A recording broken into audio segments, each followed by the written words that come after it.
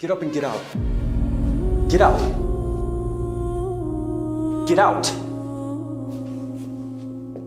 I have a question for you. Say Christ is Lord. Say Christ is Lord.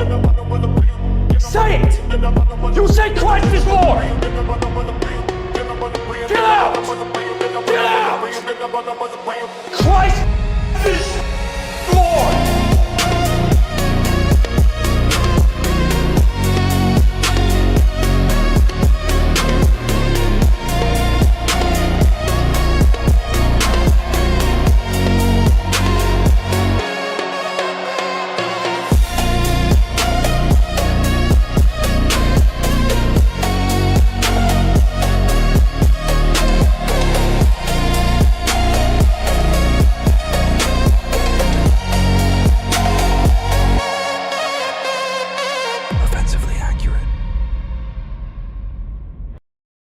Hello and welcome in to another episode of Offensively Accurate, hosted by yours truly, Atlas Thugged, aka White Boy D Voice, aka another racially ambiguous groiper, and I'm here to tell you that Jesus loves you and Christ is King, and we're about to get into a lot of many unfortunate things.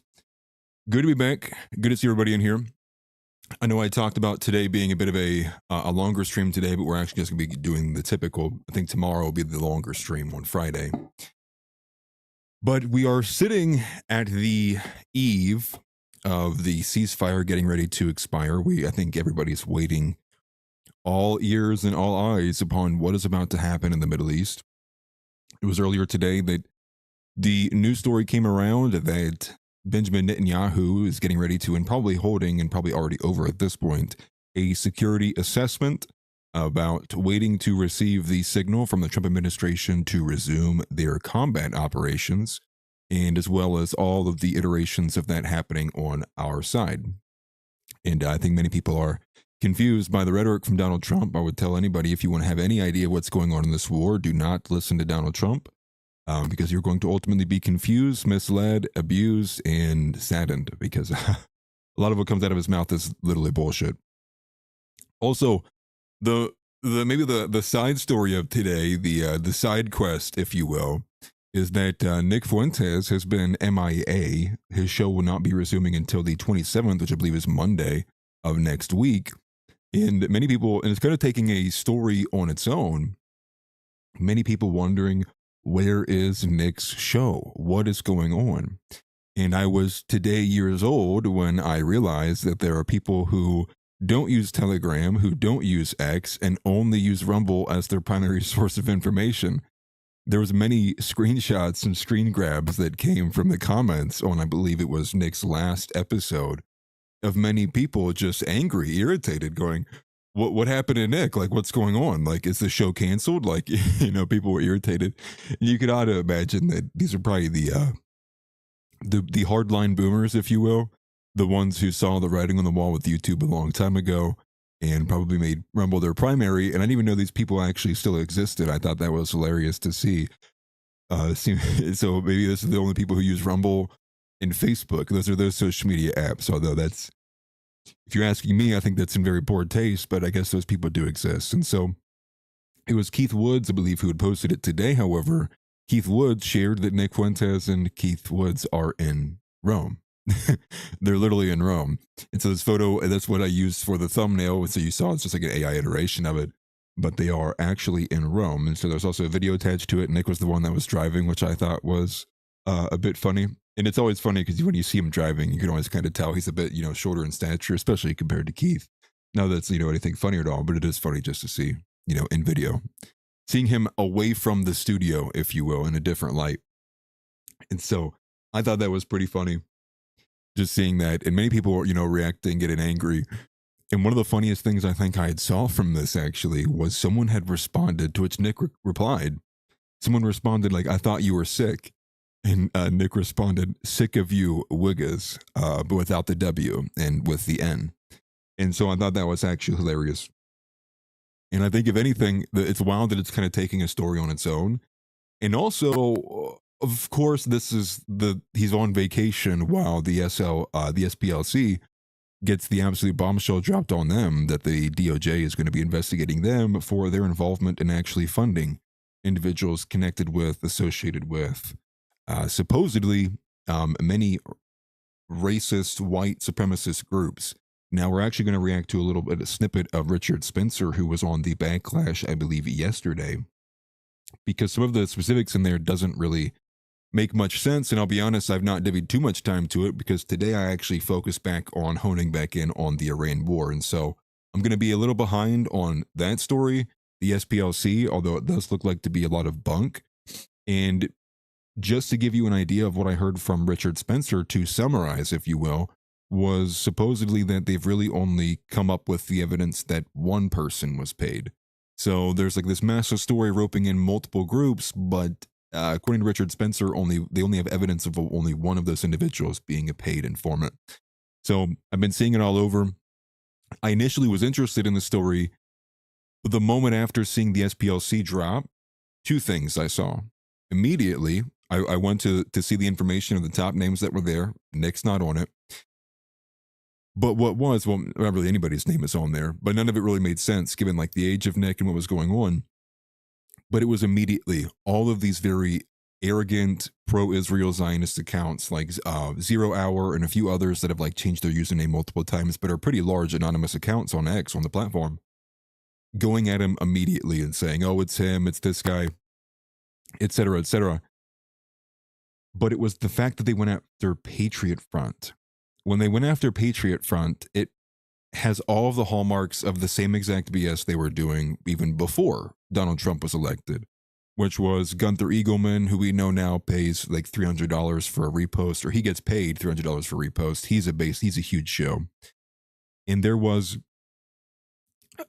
many of these other, I'm trying to remember more of just Gunther Eagleman, but more of these kind of MAGA glazing, but also simultaneously pro-Israel accounts, all pushing this, okay, we can't wait for the SPLC. Oh, that's who these guys are. Patriot Front was a bunch of, it's the SPLC paying for them. And it's all this nonsense. So in the overall, without looking at too much of the information, I will say my opinion on that is that it looks to me as being, again, a bit more of an operation to say, no one actually really holds the beliefs of Patriot Front. No one actually really holds the beliefs of the people who were involved at Unite the Right. No one actually believed anything of any of the individuals who were there at Charlottesville. It's that this group, this deep state, corrupt left-wing Democrat group, is funding these guys to make you think that there's all these racists. And that's kind of, again, same exact what they were doing prior to this administration being rolled in, which was all of the calls for Kash Patel. Hey, first thing you should do when you get in there is you should and tell us who all the informants are in this group. And they keep going after Patriot Front. And a lot of the times they do this because Patriot Front wears the masks and the getup and whatnot. But truth be told, this is the purpose of them wearing that is so their identity doesn't get out there, because what exactly will happen? Well, they will destroy your life, as you see with literally anybody else who's ever done it.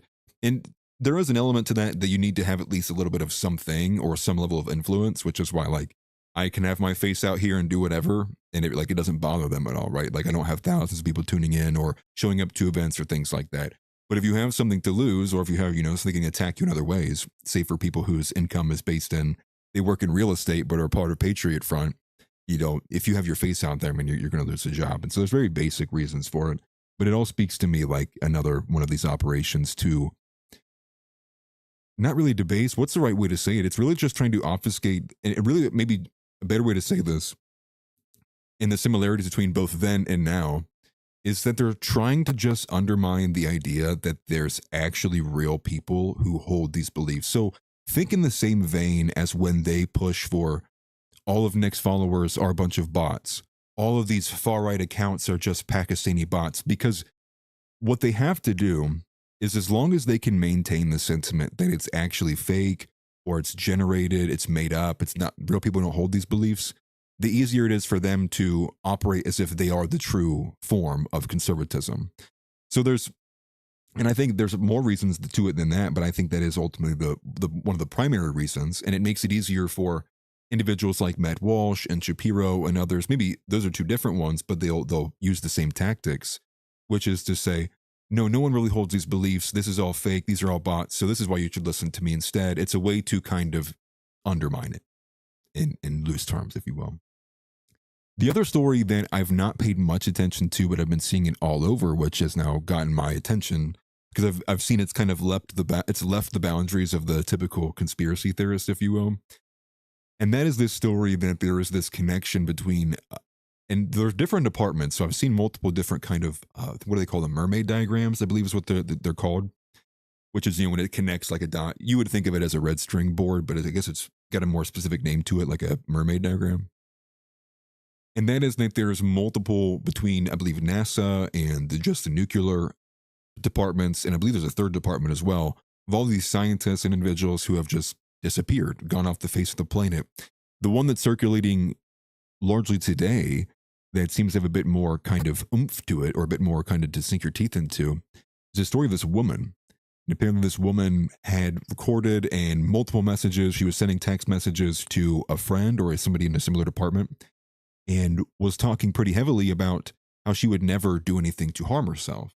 But she's referencing Bob Lazar, and it's to do with this anti-gravity technology, which I believe was still the same things that Bob Lazar was talking about. And I read a little bit of the messages when they came out like 3 days ago, but in one of the messages, she seems to say Lazar was right, but it's all inverse. It was like the opposite. I was trying to make sense of what she was saying. There probably was a bit more into context that wasn't inside the text message. But apparently she said in this message, it's like, I would never do anything to harm myself. Please never believe anybody what they say about me. And then I guess a month after these messages were sent, she was found with a headshot wound. So there's a lot of stuff going on there, and she's now one of 10 that's like connected to this story. And I also find that to be concerning, given the fact that we literally just talked about James O'Keefe and this U.S. nuclear chief who's just giving out secrets to random women and I guess it was a first date too. So it was a first date with some random woman who works for James O'Keefe, and you have one of the higher up nuclear. I don't know if he's a scientist, but I believe he was one of the staffers, a part of the nuclear facility program, just giving out free information because she asked. And that was really, really alarming. I think he was immediately sent home, and which would make sense if you're giving out nuclear secrets. And like we said on the stream last time, yeah, I think if you do something to that effect, your career is probably over, right? I think this is go on out and go home and head out of here, and there's no reason to do this anymore. Actually, you can actually not be trusted with anything classified anymore. Should probably get like a permanent ban from certain, classified information schedules. But I'll catch up on chat here a little bit. I see Foul Productions is in here. So I thought it was all just noise or wild theory, but man, there's a lot of deaths attached to this. I do agree, and that's why I waited for it a little bit to leave the bounds of seeing it on anonymous accounts, and now I saw more people talking about it. It seems like there is something there. The question is, I guess, what is there? What I would say, though, is the fact that there's also the element of, and you always have to operate with this in mind, and I hate to have to be that person, but you also have to operate with the element of, is there a part of this that they are drumming it up or adding things to the story, or is it in your timeline today because it's meant to be distracting? Is it meant to take your attention away from other things that are actually of importance occurring? Not to be the PSYOP guy, right? Like everything's a PSYOP, but I've been in this long enough to understand that there's a lot of things like that. And if anything, I would say, to me, if you were asking me as a strategist and I was in charge of the propaganda department, I was in charge of the department that says, we need you to find a story or make a story that can distract the American people, that will send thousands into making TikTok videos about it. Like, what's something? And it would, if you were asking me, I would say, well, I think the cat is out of the bag on aliens. I think there's a lot of people with aliens that would be in on it. But I think now that we have Ian Carroll and Timu Ian Carroll with James Lee and many people are like that, I think the average person's going to be a little bit more primed to not believe it, because given the fact that the PSYOPs is now a bit more in the mainstream. So if you were asking me, I would say, well, you got to do something that's insane and like in a very taboo area, but you have to make it a lot more believable. You need to ground it. And missing people related to our nuclear facility in the middle of a ongoing conflict involving pretty much the entire world. Not the entire world, but you get what I'm saying. Then to me, it's like it pops into my head and I go, but perhaps this is it, and I hate to say that about, for the reality of like, if this woman is, dead and did die for these certain things. I mean, that's a terrible thing to say, like, oh, don't listen to it. It's not real. But I think we've been abused and browbeaten enough with a lot of these stories that you have to have a level of resistance to it, or a grain of salt, if you will, to use a bit more of the native kind of metaphor there. And Orthodox Boomer dissidents in here as well. Mainstream dissidents in here. Appreciate seeing you guys in here as well. All of you guys. Tix Bomber, Taters. Yeah. Well, I think at this point they are very extremely desperate. They are very extremely desperate. What a sentence. What a phrase. Donald Trump, before we get into, I guess, maybe some the main story here, just to talk a little bit more about what I've seen in the last couple of days, as well as today. Donald Trump had a moment where he doesn't confront a reporter, but he gets angry at a reporter because the reporter poses the question, would you use nuclear weapons? Like, would you consider dropping a bomb? He gets angry at this. He actually has an angry response to this. Why would we do this, right? And he repeats the line, the Navy's at the bottom of the sea, their Air Force is completely destroyed. And it's like, well, yeah, but the last time you said that, we then, within 24 hours got the news that multiple fighter jets were shot down. So who was shooting them down? Like ghosts? Maybe that was the aliens. And if the aliens are taking Iran's side, what does that say, right? So I think they are desperate. And I think there's a lot of things that speak to that. And I guess if we're on the desperate note, one thing I would also add to this, I don't know how to take this story, but I will just treat it as if it is true. And so I'll bring it into the ether. So Suleiman Ahmed, someone who I timidly trust about things, but I will look to him as some level of credibility with the Middle East, is highlighting a story that was pushed by the Wall Street Journal, but was also then confirmed by France 24. So now you have a domestic and an international source, but I think it's only those two so far, confirming that Trump was like locked out of the Situation Room. And so supposedly it was like he was screaming at aides for hours. This is some of the language they're using to describe this. He was screaming at aides. He was extremely, quote, volatile. And so he was kicked out of the Situation Room by the generals. That was a story that's being circulated by France 24, as well as the Wall Street Journal. And there's a video of the Wall Street Journal, not the Wall Street Journal, the France 24 actually covering it, on one of their actual, live sets. We have Colonel Ramrod in here. Nice to see you, brother. Orthodox Grandma, nice to see you in here as well. Ginger Anagram says it's 12 scientists now, not 10. Interesting. I did see the David Wilcock story. I thought he was number 10. Interesting. And he was very J-woke. Interesting. I did not know that. The connection is unlimited free energy. Interesting. It is kind of curious. You see this story happening simultaneously that like an absolute dimwit is talking to a woman and talking and saying like, no, we would never do this. You want to know what else a nuclear weapons program does? It does give you that feeling. And this is a bit more of maybe this is a bit more of a smooth brain take, but it does give you that feeling that is there an element that there's a forward facing government and there is the shadow government? Like not, obviously we talk about the fifth column and the Jewish element here, but more so on like a structural basis. Is there an element to this where you go, is he the front man? Is the guy who talked to the James O'Keefe reporter, is he the installation? Is he the guy who they tell the information? Like, here's your panel, here's your message. And obviously this is very hypothetical, but he just gives you that feeling because he's just such an idiot. But at the same time, you have supposedly this multi-program with all these connections going on, Hillary Clinton kill list style conspiracy happening. And you go, how are those two happening at the same time? How is it that there's this running story that people are finding believable, that there's this very dark and orchestrated ability to do this stuff with this technology and, and assassinations and covering of tracks. But on the other side, you have guys apparently in the similar departments who can't keep their mouth shut when talking to a Chinese woman. So I guess to say like, is there an element, not to say like neither are true, but it gives you that feeling of like, is there a forward facing, it's like, I'm your nuclear joint chief staff. But in reality, he's like the intern and the real nuclear chief staff we don't know. And if anything, when you think about it, would that not be the most intelligent way to set up your government? Given how we're seeing what's happening with Iran, if everybody knows you're the position, you're the chief, and you're the minister of this or the minister of that, you're a target. They're gonna go after you. So wouldn't it make sense to give a front person? Like, here's this. I think this was tried in like Kingsman, right? Or I think you could saw a little bit of this in even the Fallout series. where the guy who was doing all the deals pretended he was actually the main person, the main scientist, but he wasn't. So when they got rid of him, the experiments kept happening and they were all confused, but it was reality. Like, he was just the front guy who looked like him. The real guy was actually still taking it out and doing what he was, but he was not known to the public. Just something to think about. Not that I think it's real by any means, but it just gives you some of those feelings.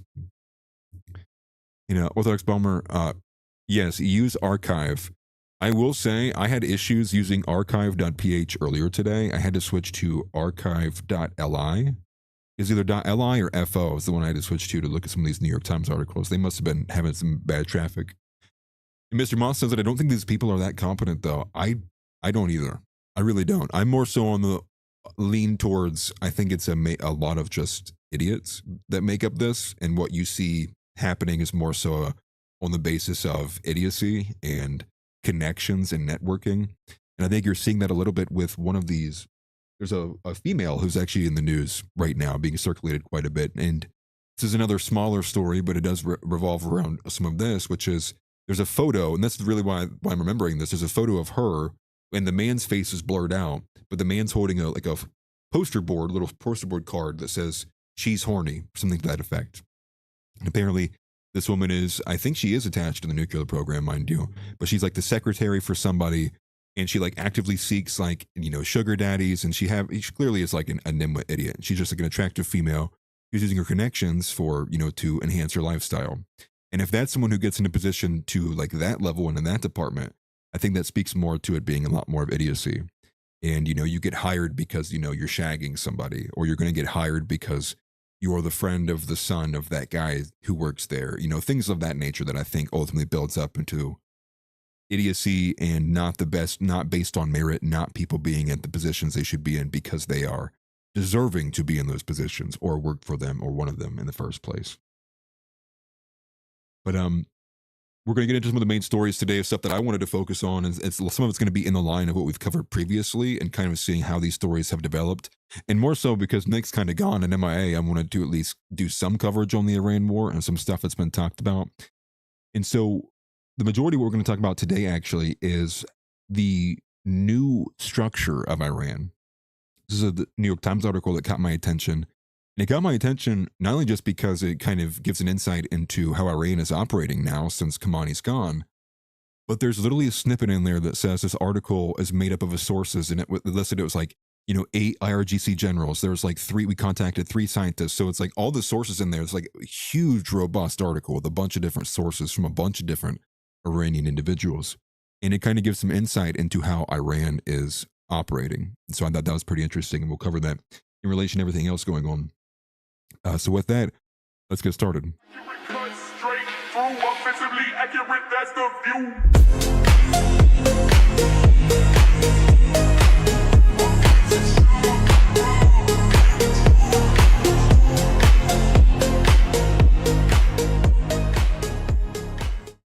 So if you didn't see it, among many other kind of crazy Truth Social posts from Trump in the last couple of days, there was one in particular. Now, it's not pictured here, but the one of the repost of his is.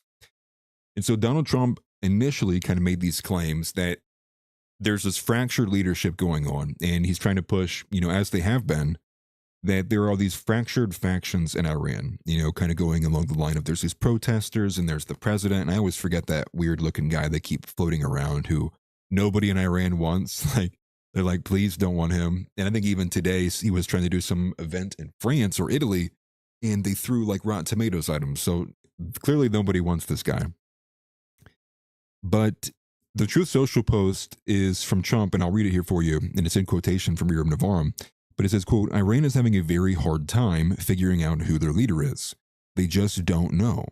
The infighting is between the, quote, hardliners, who have been losing badly on the battlefield, and the moderates, who are not very moderate at all, but gaining respect. Is crazy. We have total control over the Strait of Hormuz. No ship can enter or leave without the approval of the United States Navy. It is, quote, sealed up tight until such time as Iran is able to make a deal. Thank you for your attention to this matter, President Trump. And so what also, I believe, I don't know if that's followed or this came after, but he also then highlights here, this is from Mark Thiessen. Now, if you don't know who Mark Thiessen is, he is now he's not Jewish, but he is very, very, very aggressively a neocon, and he's a very extreme war hawk. This is a guy who was attached to the George Bush administration. He was the chief speechwriter, I believe, in the later period, I think closer to the end of the Bush administration. He also comes from the Donald Rumsfeld tree, if you will. And he also does a lot of work with AEI, the American Enterprise Institute, which is another one of these conservative think tank organizations. Now, AEI is actually one that's probably more synonymous with neoconservatism. Now, AEI actually literally has a award they give out called the Irving Kristol Award. And then Irving Kristol, also known as one of these fathers of neoconservatism, is Jewish. This is kind of a bit of the background of who he is. But Mark Thiessen, not only just quotation here that was reposted by Trump, but there was also a video of him. He says it verbatim. But the quote here that Trump's reposting is, if there are two factions in Iran, one that wants a deal and one that doesn't, let's kill the ones who don't want a deal.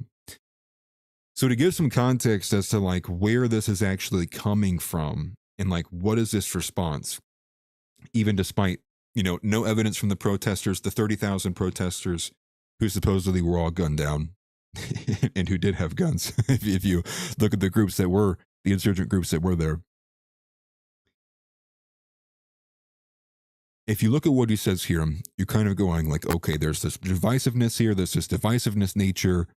Clearly, right? If you were just reading this as objectively, what are these two factions? Well, what they're actually responding to inside of this is the fact that Abbas Araghchi, so the foreign minister who you guys have gotten familiar with since for the first probably 39 days of the Iran war while it was ongoing, you guys have gotten used to seeing him. This is Abbas Araghchi, I hope I'm saying that right, is the one who's been doing the interviews with like CNN. He's the one who, I believe, famously, when it was the Carg Island plan was being floated, he said, come closer, right? He was saying like, oh, if you want to bring your troops, come, we're ready for it. We are ready. We were expecting a ground invasion. And he's been a lot of maybe the most forward-facing individual of this administration, of this delegation, if you will, foreign minister. But what they're responding to is that during the last set of negotiations, not the ones that didn't happen, but the ones that did occur with the ceasefire, was that he was actually pulled as a lead negotiator. And he was pulled and replaced, and I'm not going to get this guy's name right, he was pulled and replaced by Bagar Ghalibaf, who is the Iranian parliament speaker. And the reason why they're angry, and they pulled Abbas Araghchi, is because Abbas Araghchi is actually in the minority. So you saw how much like he spoke very confidently for Iran, but Abbas Araghchi actually, in the words of the Iranians who spoke to the New York Times, is like his rhetoric, because it's so wanting to seemingly negotiate with America, the other groups, the majority view him as almost like betraying, like he's essentially going to betray them. Not that he would betray them, but his rhetoric speaks to a weak position, whereas all the other hardliners are not willing to concede anything.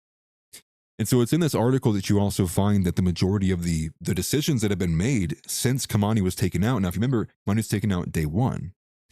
The article goes into detail saying that the majority of the decisions that have been made by the generals who were in the power, who are in this decentralized network of this across the region, who essentially get a sign-off from Khamenei's son, Motjaba. So they're talking about how the structure is now basically the top is a collective. It's like a group of generals. It is the IRGC. Now it is like the IRGC technically is in power. And, Motjaba is, and he did achieve the rank of Ayatollah, but two things. One, he's in extremely weakened state. The article also talks about in detail that he's waiting, I don't think he's gotten it yet, but he's awaiting a prosthetic leg, so I'm sure that he's missing, if not his entire leg. It talks about how badly his lips and face are severely burned. Even him speaking is a bit of a struggle. And he also recently only got function back into his hand as well, too. Now, I don't know if that was, he got both hands injured and one's coming back, or if one was fine and now he's getting both back. But he has not wanted to do any of these public appearances because he doesn't want his first appearance to be him being seen as vulnerable, which makes sense, or him being disfigured or whatnot. And they even say it's bad enough that he will need to get plastic surgery. So that's the one element. The second element is the fact that the clerical power and the clerical positions have actually gotten weakened by the fact that the Ayatollah is gone. Khomeini is gone. He was the reason why the clerics had as much power as they did, kind of marrying that to the IRGC. But there's also the element that Motjaba, they call it the triangle, the triangle of power, I believe. Motjaba, being one of the three main guys inside this triangle of power, actually has a closer connection to the IRGC than what the previous Supreme Leader did. And they detailed this by talking about how the fact that he literally grew up with the guys who are the generals. He fought alongside them. He volunteered to fight in the Iraq-Iran war alongside them. And it was the people who he served with, grew up with, who are now in positions of power, at equals levels of him. So it's showing you, and it kind of just detailing that this guy is like already looked at as like an equal, as like a peer, but it's largely because he's unable, and they're trying to like do this crazy back channel with all these couriers because they really do not want anything to happen to him. And so we'll get into that in a second. But the detailing of it, it's very, very, very clear from all the Iranian sources that they talk to that there is an extreme unification, and that the IRGC that's who's in power. There is no other faction here. The only other faction here would be the kind of trying to make Abbas Araghchi appear as if he's a part of some other group, or there's something like he's vying for the Supreme Leader to not be in power, which isn't the case at all. It's just that Araghchi was a lot more tolerant and willing to compromise and take deals with the United States. Now, I think there's an element to this that should be talked about, which is that the Iranian president has basically been told, like, you deal with the people, we'll handle the defense of the country. So there is some tension there. It didn't go into too much detail about that, but essentially they did basically say that they hand-waved the Iranian president away to deal with domestic matters like energy and food shortages, things of that nature. So I think that, if anything, that's probably where the pressure was coming from, which was that the president of Iran is looking at, and I think they're to the tune of something around $300 billion total in damages, that they're kind of concerned they don't know have a path to reconstruct or, come out without suffering extreme consequences. So if anything, the only other faction really there, which isn't like there's another ideological unit, would have been the pressure coming from the Iranian president, probably to Araghchi, for Araghchi to be more willing to compromise, because the quicker that the war stops, or the quicker that they can get reparations, the easier it will be on the people. So that, if anything, it seems like there's just a separation between the IRGC handling the defense of the nation and the world, the globe, and then the president and the domestic infrastructure of the state, more concerned about the people and what they need, money or financially, food wise, as well as energy wise too. So this is where this is coming from. And so, forgive me, I lost my place here. Put it back on screen though. This is what you have though. This is what's being pushed though by Mark Thiessen. Mark Thiessen is pushing that there are these two factions in Iran, and that's what they have been pushing, is that there's kind of this group of freedom fighters, if whatever you want to call them, that are just inside of Iran who want things to change, and there's really no evidence to speak to that. When I want to move on though, the Iranian parliament speaker Bagher Ghalibaf, so this is the guy again who replaced Abbas Araghchi. I'm going to go to him. This is from Midterm Navarm as well, but you can see this. This is his post here. So I'll read it from Midterm Navarm. Iranian Parliament Speaker Mohammad Bagher Ghalibaf directly rejects President Trump's claim of infighting in Iran, stating that the country remains loyal to the Supreme Leader and are ready to make the criminal enemy regret its actions. And the post here from Ghalibaf, forgive me, is in Iran, there are no radicals or moderates. We are all Iranian and revolutionary. And with the iron unity of the nation and government, with complete obedience to the Supreme Leader of the revolution, we will make the aggressor criminal regret his actions. Signing off while saying, one God, one leader, one nation, one path, that path being the path to the victory of Iran, dearer than life. So Ghalibaf, and according to the New York Times article, is actually one of these guys involved. He is part of this, this triangle of power. So I'll read a couple of these here. Let me grab this here for you. So here's one of the first ones. And Ghalibaf has also is he's currently the parliament speaker, but he was also a former guards general, along the IRGC. And he was the person, again, who replaced Abbas Arghachi being the lead negotiator with the United States in Pakistan. But he's part of the triangle of power. So let me read you this excerpt here from the New York Times, one of the first of three I'm going to read to you. So this is from the New York Times, quote, "For years, Mr. Kamani," so Motjaba, Kamani's son, Mr. Taib, another individual, and he's connected to the intelligence department. So was a former high chief or high staff member, whatever, these titles are all different. But he was a high up in the intelligence, a former intelligence director. So you have Kamani, son of the Ayatollah. You have Taib, former intelligence bigwig. And then Mr. Galibaf, who's here on screen, the current Iranian parliamentary speaker, one of the former generals. And this is who makes up the triangle of power in Iran, these three main individuals. But they met once a week for long working lunches at the Ayatollah's compound, according to Iranian officials and the three individuals who know Mr. Kamani personally. They became known as the, quote, triangle of power. The trio was accused by a more moderate cleric, Mehdi Karoubi, of intervening in the 2009 presidential election in which he was a candidate, and rigging the results in favor of the incumbent president, Mr. Motjaba. I can't even say that. Mr. Karoubi lost, and the election upset led to months of upheaval, protests, and violence. These personal relationships are now playing heavily into the dynamic between Mr. Kamani and the generals. They are on a first-name basis and view one another as peers, now superior and subordinate, said Mr. Davari. So it looks like the current makeup is moving towards this kind of, or at least as it sits right now, who knows what it may look like in the future. Maybe perhaps if Motjaba recovers, they'll move to the prior kind of setup, which was the Ayatollah at the time, the supreme leader, if you will. But you're getting that these guys have actually been together for a while. So this idea that there's this large group of people who are upset with Kamani, or Kamani is not seen as any kind of significant, or he's not in the position that he should be in, is just outright it's just nonsense, at least according to the New York Times. Now, the reason I'm willing to accept this is a bit more than I would other stuff, is I'll read you one of these next clips here. And so, is this the right one?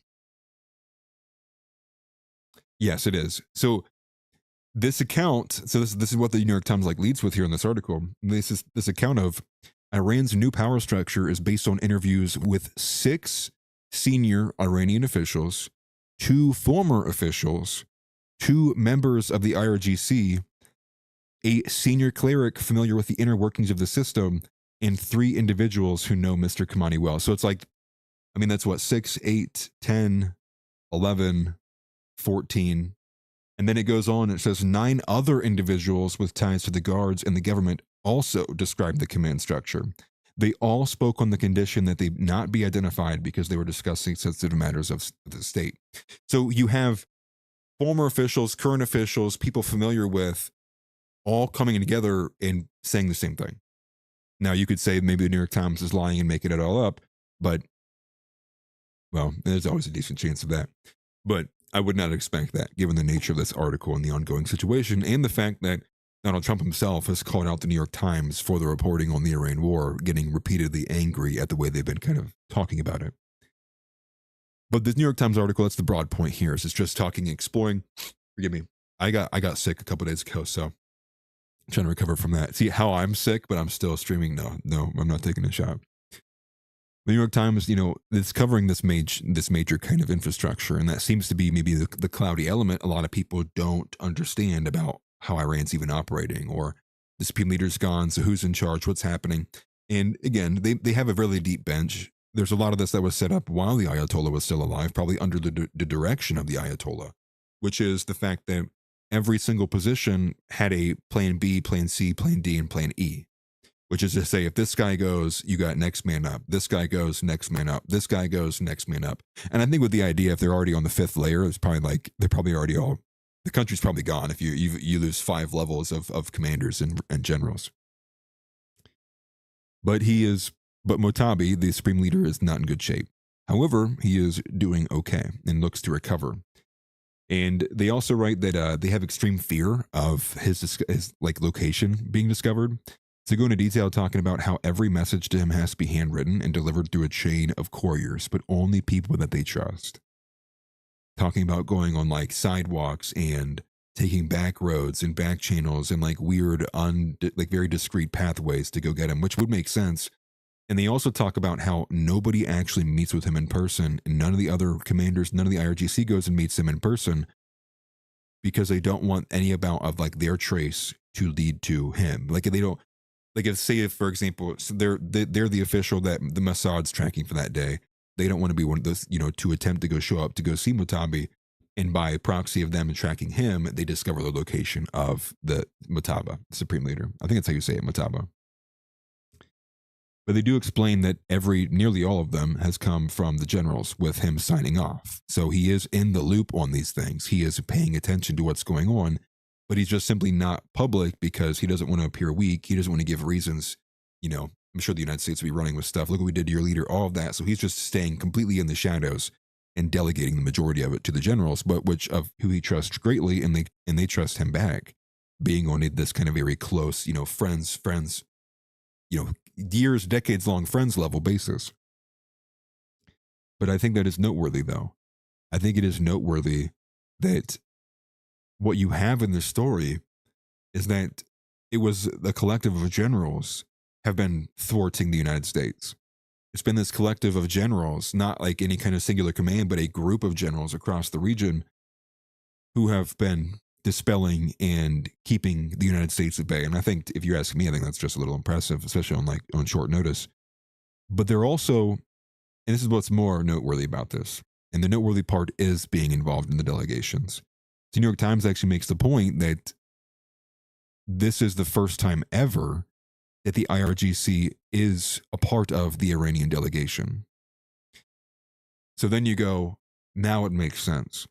Because that must mean then that Abbas Araghchi is not a part of the IRGC, meaning if he's the foreign minister and put into position, he probably did come from the president. He probably is not being involved in the IRGC, but a part of the state. Well, that would mean you're probably a member of the cabinet or a part of the wing or circle of influence from the Iranian president, not the supreme leader. But that's what's noteworthy, is now the generals are negotiating. And now they say that it was the generals who decided to pull the plug on the talks that were supposed to happen this week. And this is where they got into the argument with Mr. Araghchi. And I think it was between those two negotiations, between the ones that did happen and then the ones that were set to happen. Yeah, I see all the comments about the beard. It's growing back. It might get a little bit more scraggly too as well, because I'm trying to see where all the bad areas are.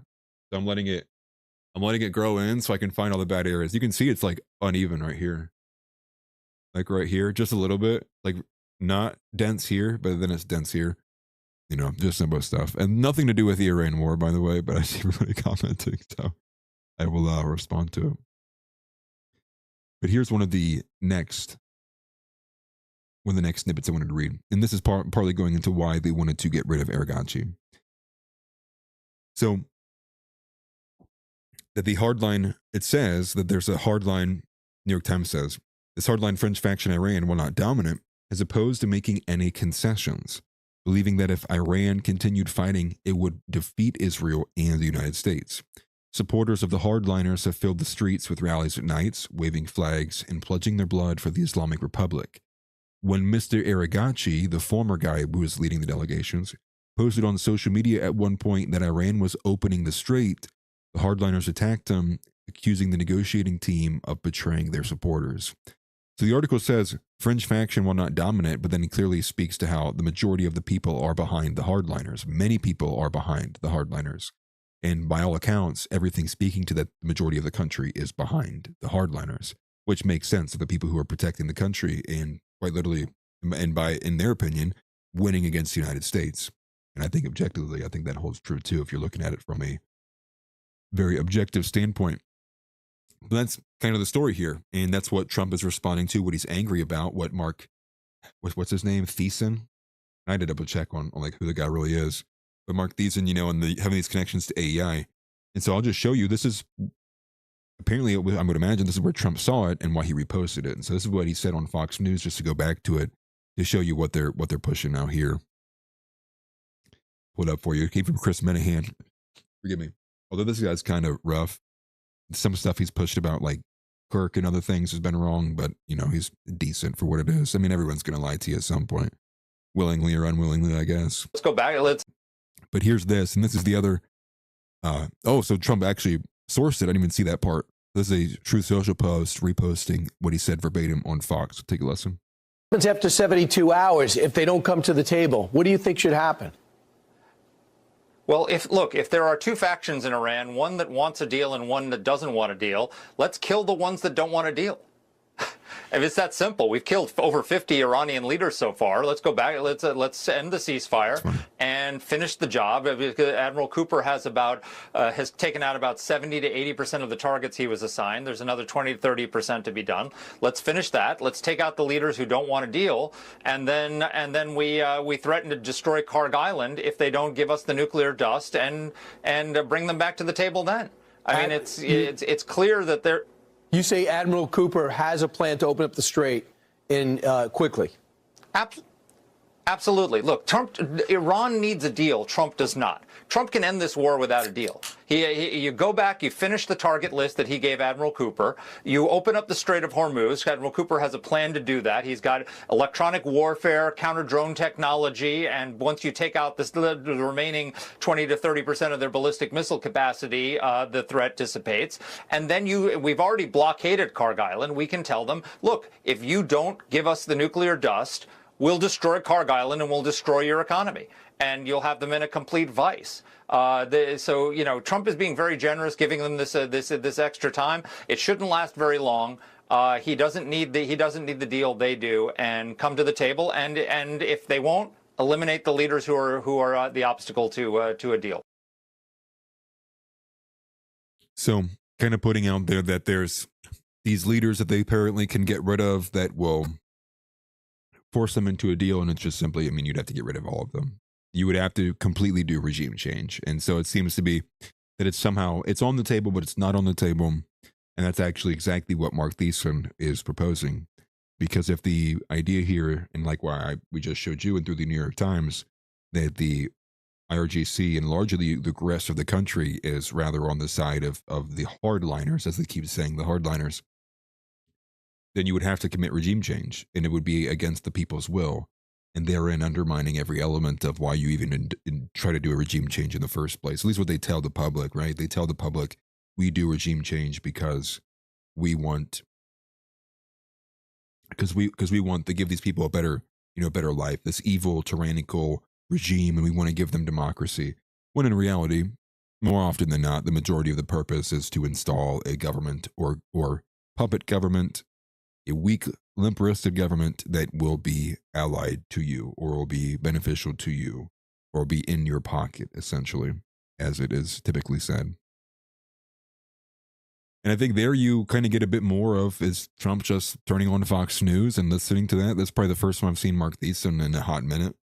I think he, again, that kind of says it all right there. Mark Thiessen being reposted by Donald Trump in the middle of an ongoing conflict in the Middle East, from reposting a guy who literally was a chief speechwriter for Bush during the Bush administration, and then also came from Donald Rumsfeld.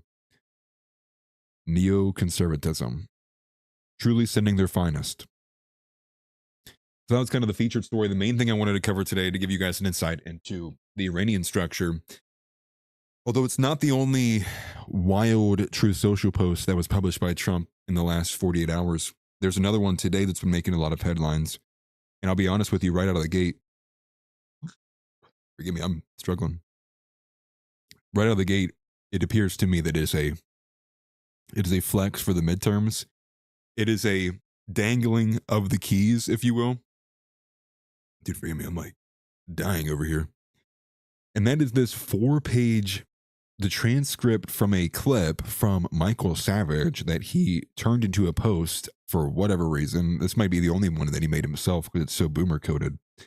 But he posted this massive Truth Social post. It's 4 pages, and it literally is just the transcript. We put it on screen for you guys. It is just the transcript from a Michael Savage clip. And so in this clip, it really makes a few major points in it. And I'd pull it up, but it's impossible to read on this one. I had a better one, but I don't know where it went. And so he posts this, and so he's literally doing the meme now, right? Like, the screaming one where it's like this massive wall of text. However, this one's not him writing, it's just the transcript of the video. And it's a clip of Michael Savage pleading for Trump to do something about the immigration. And it was because apparently Michael Savage was listening into some of the arguments happening between lawyers, assumably, the way he makes it out to be is that one of them was coming from the ACLU or was ACLU adjacent, arguing for, nationality and immigration status and things like that. And he basically just says, the portion that most people are highlighting in this is Michael Savage tells, if you're a white man trying to get a job in tech in California, don't do it. The Indians run that. He's like, had I known this beforehand, he's like, I would have taken a harder stance on it. And he just kind of really, really basically pleading to Trump, like, the immigration issue is so brutal. And multiple times, Savage says, like, this shouldn't even be handled by immigrant lawyers themselves from the ACLU. He said, we should put this to a national vote. He's like, what would it be, 78-22? He was like, these people would be out of the country overnight if we put it to a vote. But it really is this seemingly, wow, this is base Trump. I've already seen people posting that about how this is Trump signaling that he's going to deport all of the Indians. Like, okay, yeah, someone tag me when OSHA Vance is being escorted out of the southern border of this nation. Like, that's a joke. But that's the main purpose of it. And I really do wish I had the better one to pull up for you, because this is like literally impossible to read on this one. But, and there's a few more things thrown into there as well too, but largely just looking at the idea that what is there even to save or fight for in this nation if we're going to continually keep taking the brunt of being invaded by third world hellholes, which I do agree. The only part I disagree with is that Michael Savage clearly can't see and figure out why things are happening. Hence, I would not be pleading to Donald Trump. So Donald Trump took this as a chance to, I guess, assumingly, repost and say, yeah, we're definitely going to be doing that. Despite all of the news coming out that ICE is descaling its operations, they're being told to you can no longer go into a home unless you specifically and explicitly have a warrant, which is crazy because now these illegals have more rights than other people in this nation who were literally born here. Just insane. And also additionally to scale down the arrest. But if you listen to, John Doyle and Patrick Casey and everybody else, this is the big sign we were all waiting for. Like, we all knew he was playing 9D chess. We all knew. Oh my gosh, like we all knew. We were just waiting for the Galactic Emperor Trump to come out and, jangle the keys in front of our faces one more time. So if you're asking me, it's just a huge joke. And if anything, I think it speaks to the fact that he made this transcript. Why didn't he couldn't think of anything on his own? So he's just, if there's any blowback, it'll fall back on Michael Savage. Trump can delete the post. And then everyone will come out here and defend Donald Trump and say, well, really, it was Michael Savage. If Savage wouldn't have been so racist in his message, we could have, and we do more of the same. More of the same. So I wanted to highlight that too. And moving away from some of that, and again, if anything too, it speaks to this idea that they're trying to claw some level of success back from the midterms. Although that ship has sailed. It just is gone. I don't know if anyone's really seen much of the other, pulling around things. I think Virginia, case in point, is a strong example of what's happening and how badly Republicans are about to get absolutely slaughtered. And we'll cover a little bit of what's going on in Virginia with Rich Barris, because I was actually surprised from Rich Barris, from the People's Pundit, actually going off on Miriam Adelson, and as well as a little bit on Thomas Massie as well too. And a lot of this anger, and so I don't really have the whole story. This is one of these other smaller ones that I've paid attention to, but I have not sat down to kind of look into and dig into. So I'll tell you from what I've seen.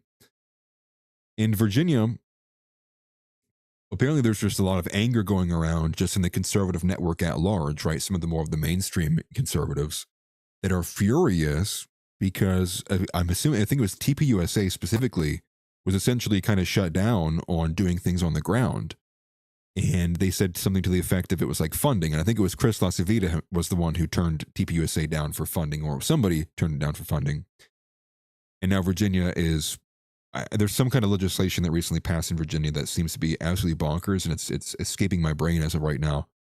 But there's a lot of anger just even inside of the conservative networks that money is not being given to actually win these races, despite being bragged about having $500 million in the coffers, etc. Rich Barra said something to the effect of, he's like, it's actually closer to 300, and if anything, the majority of it's Miriam's. And if it doesn't, and if Miriam doesn't want it, it's not happening. And this is when he snaps. And he was like, and I got to be honest, I'm tired of not talking about it. He was like, it's all for Israel, and when they're done with what they want to get done, like they don't care about what's going to be left of the Republican Party. It was very impressive, Rich Barris. So we'll get into that. But yes, the Trump admin is scaling back ICE operations, both preventing them from entering homes without warrants and reducing overall arrests. And that came from NBC News, and I saw that from Dominic Michael Trippi. We did cover Nick being in Rome. That's right. I wanted to cover this story that was confirmed by France 24 that you guys would probably be interested in. I talked about at the beginning. But again, this is coming from Wall Street Journal and France 24. I think it's posted by Suleiman Ahmed. And this is the clip, actually, of them talking about it in person on the network. And so this is them saying that Trump was locked out of the Situation Room during military operation in Iran. The further caption says that he was in a volatile state, screaming at aides. Generals then restricted his access. Now, keep in mind, this is not a one-off story. We actually had the singular report that seemingly was not corroborated by anybody but instantly disappeared from the news cycle, was when Larry Johnson was on with Judge Knapp talking about how one of his sources, which I guess it was just some guy who told him and no one else, that Trump was shut down when trying to access the nuclear codes. Now, keep that in mind, and also marry that again to the Trump losing his mind earlier today, getting angry at a reporter who asked him if he would use nuclear weapons. And Trump saying, why would I use nuclear weapons? If their navy's at the bottom of the sea and we've decimated their air force, why would we as a people use nuclear? He's getting angry.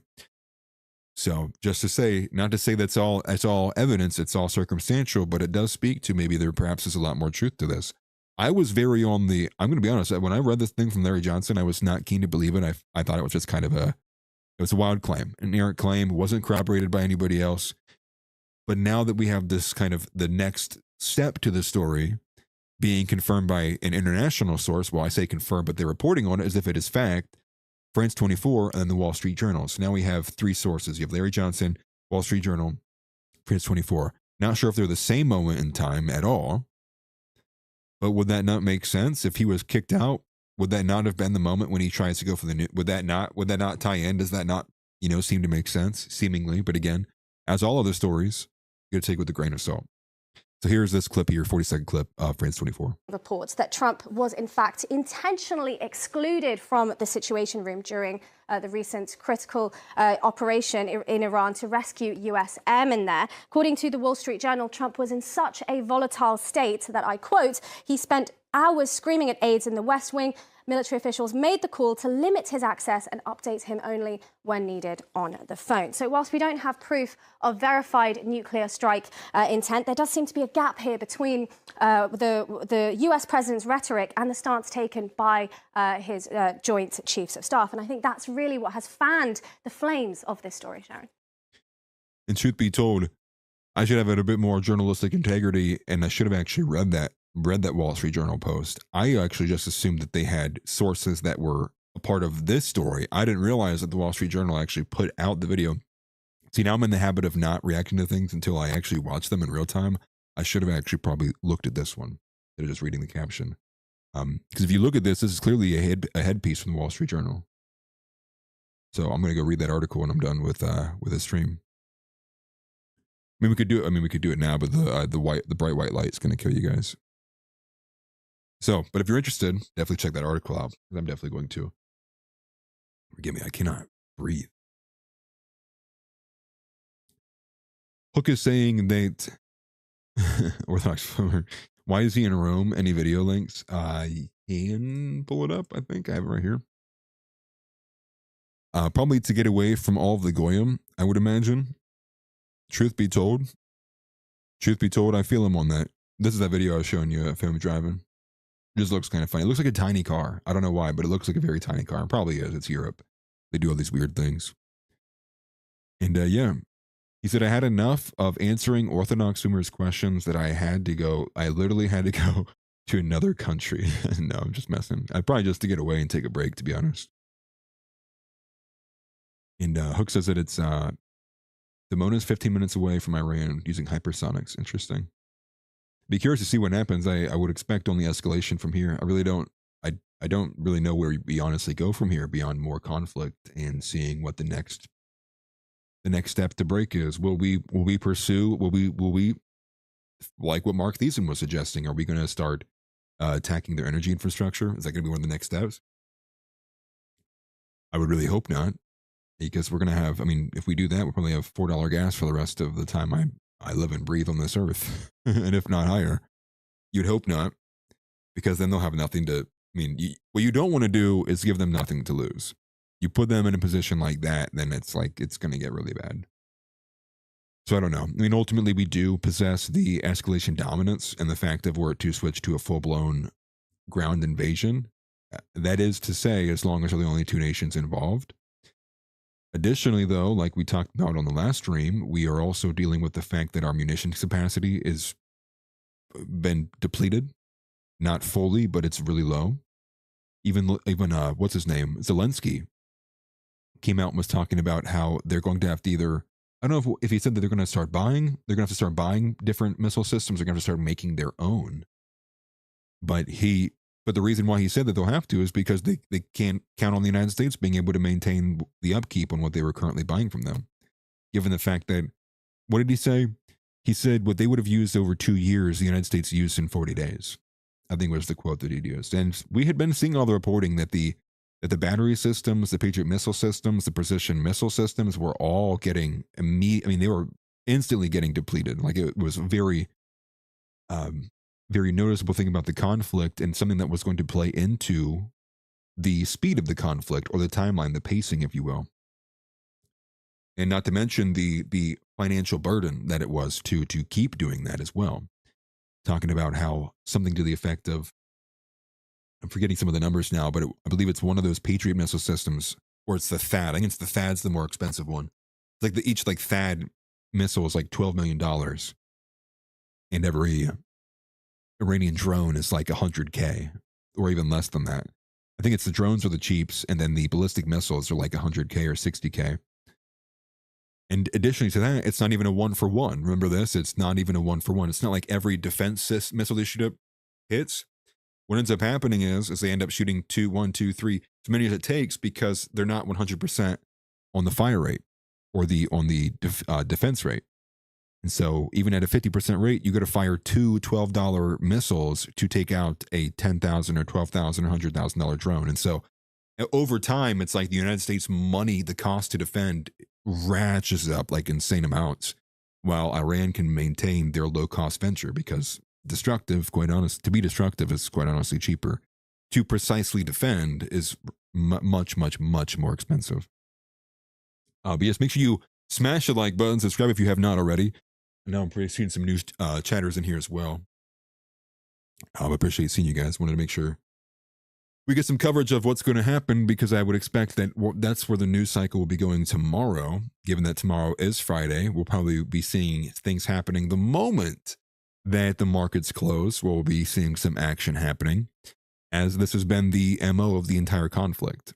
The entire conflict has been, on one side, Trump and other admin officials pushing out rhetoric to appease the markets, if you will, or at least try to say rhetoric or give opinions and announcements and speeches in tones that will all speak to a position of power and authority and calmness, that we have it under control. Meanwhile, the moment the markets close, they take out all this insane military action to avoid the oil market reflecting the action taking place, and then cooling it off by the time we get to when the markets open back up, beginning of the week. And rinse, recycle, and repeat. This is what's been going on. And not to mention, there's another kind of really strong side story to all this. It's not even really to say a side story, because it's going to become a main story once the Democrats win. Well, fingers crossed, the Democrats will win both the House and the Senate, and we will see all these people rightfully get impeached and investigated. That's what we could hope for all the corruption ongoing. But it probably will be the main story as we get closer to once we get past the midterms is going to be just how much did Howard Lutnick's sons enrich themselves off of the tariffs? Just how many of these staffers were getting wind of these decisions hours ahead of time, placing, $70,000, $100,000 massive $1,000 bets on betting markets and profiting off of, quite literally, insider trading, making money off of bets and decisions that they have future, in advance knowledge of. Now, I would imagine we're going to see a good bit of this getting exposed. You would think getting exposed if the Democrats do get into power and they do get committee power, things of that nature. We'll have to see how the midterms go, but it is looking like Democrats are going to sweep. Well, unsure if they'll sweep, but it is looking like they're pretty heavily favored. Especially, I believe it's one of them is actually a lot more than the other. Actually, I'm trying to remember off the top. I think it's the House is a lot more heavily favored towards the left than it is the Senate. But that also probably just because of the positions that are opened up as well. So a lot going on. Trump being locked out of the Situation Room. Apparently, 12 nuclear scientists are all gone missing. They pissed off Hillary Clinton. Nick doesn't even want to deal with it anymore. Country is cooked. He's in Rome. He left. And oh my gosh, I can't believe I was about to miss this one. This is another kind of big piece I wanted to bring up and connect it to some of the dots we've already talked about here. A blue wave is on the horizon. Can only hope so. Mr. Moss says the grift is off the charts, as it always has been and probably always will be, unfortunately. So here is what I would like to highlight to you guys, because I caught this. And again, I would only have caught this because I listened to Nick, and I listened to the Supreme Commander Nick.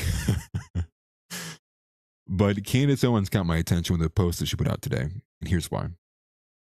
Let me pull it up for you. So what she's doing here is, let me go this one first. I would like to show you guys. So we're going to get to this one, but here's the first one. So Candace Owens comes out. She has breaking news. The president of Turning Point University's of Georgia chapter will be resigning later this evening due to the internal treatment and lies told by Turning Point executives surrounding Eric Kirk's last-minute cancellation of the event with Vice President Vance. So she goes on and on, the questions at the event were faked. Erica's reporter was already in Georgia, so like blah, blah, blah, if you want to know more about that, check out Candace's show. I don't really care about the real Mormon wives of TPUSA. Here's what I want to bring your attention to. So she comes back to it. She doubles back to this. No, Timothy, no, dude. What are you doing, man? He says his resignation letter written by the University of Georgia's Turning Point chapter president's worth reading. And so here's the letter. Okay, that's fair. That's fair. That's fair. I'm sorry, Tim. Don't hate me. He says, though I doubt she will ever receive an apology from anyone on the executive team, we can at least share and hope J.D. Vance sees it. Classy and well stated. So let me read this for you. But the J.D. Vance insertion here is notable. So letter is currently from a woman. Well, why a woman is a president? That literally is not real. First of all, if you hear a woman president, it's not real. Understand you're in a dream. Wake up. Pinch yourself. No such thing. Anyways, that's a joke. She says, my name is Caroline Maddox, and I'm the president of Turning Point USA at the University of Georgia. Being a part of TPUSA has been a dream of mine for a very long time, and I was prepared to devote my college years to building the Georgia chapter and carrying on Kirk's legacy.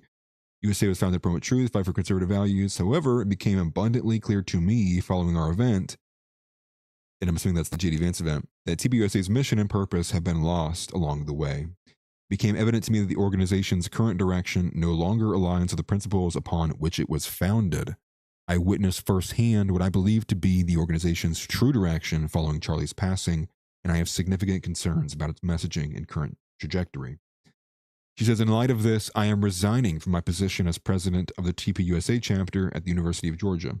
She says, while I am grateful for everything it's brought me, I can no longer in good conscience continue to represent an organization I believe has strayed so far from its original purpose and principles. Charlie spent his life fighting for truth, and I do not believe he would stand for the blatant dishonesty now being spread by the organization that he built. His mission was never about numbers, appearances, or relevance. He showed people the beauty of just having a conversation and inspired a generation to make a change. His mission was never about performing, but about encouraging my generation and future generations to stand up for what is right. And I remain committed, blah, blah, blah, blah, blah, stand up for what is right, blah, blah, blah, blah, blah. But here we have this. And I hope that J.D. Vance sees it. Why does Candace Owens want J.D. Vance to see it? Does she think that Vance is involved in this at all? No, she doesn't. If you will remember, the famous, oh, I got a super chat, I didn't see that. What's up, Mitchell Black? It says, howdy, my Uyghurs. Sorry, we're on YouTube. Appreciate the super chat there, bro. Thank you. If you recall, the famous clip of Nick Fuentes telling, Candace Owens, turkey and provolone, which I thought was pretty funny, turkey and provolone, make me a sandwich, and while you're at it, do a show on J.D. Vance. This was actually what came from Candace Owens, or from Nick towards Candace Owens. And if you recall, even in the recent thrashing from Donald Trump towards Alex Jones and Megyn Kelly and Carlson and Candace Owens, Nick Fuentes came back in and said, despite all of this happening right now, he's like, I don't know if he said Alex would be doing this, but he said, all of these people will be telling you to vote for J.D. Vance in 2028. And it is curious, given everything that's been going on, J.D. Vance is largely not talked about much by Candace Owens. And so if you read this tweet, let me pull it back up again. I don't know why I got rid of it. Through the tweet here, I guess the implication that you have from it, or I guess the first thought you have, is though I doubt she will never receive an apology from anyone on the executive team, we can at least share and hope J.D. Vance sees it. Why? Is the idea that Vance is going to apologize on behalf of Erica Kirk? No, I doubt that's the idea. No, it's that I'm imagining that she's sharing this and tagging Vance in the hopes that that she's on Vance's side, saying, look, see what Erica Kirk did to you at your event? Like, do you see that there's more truth to this?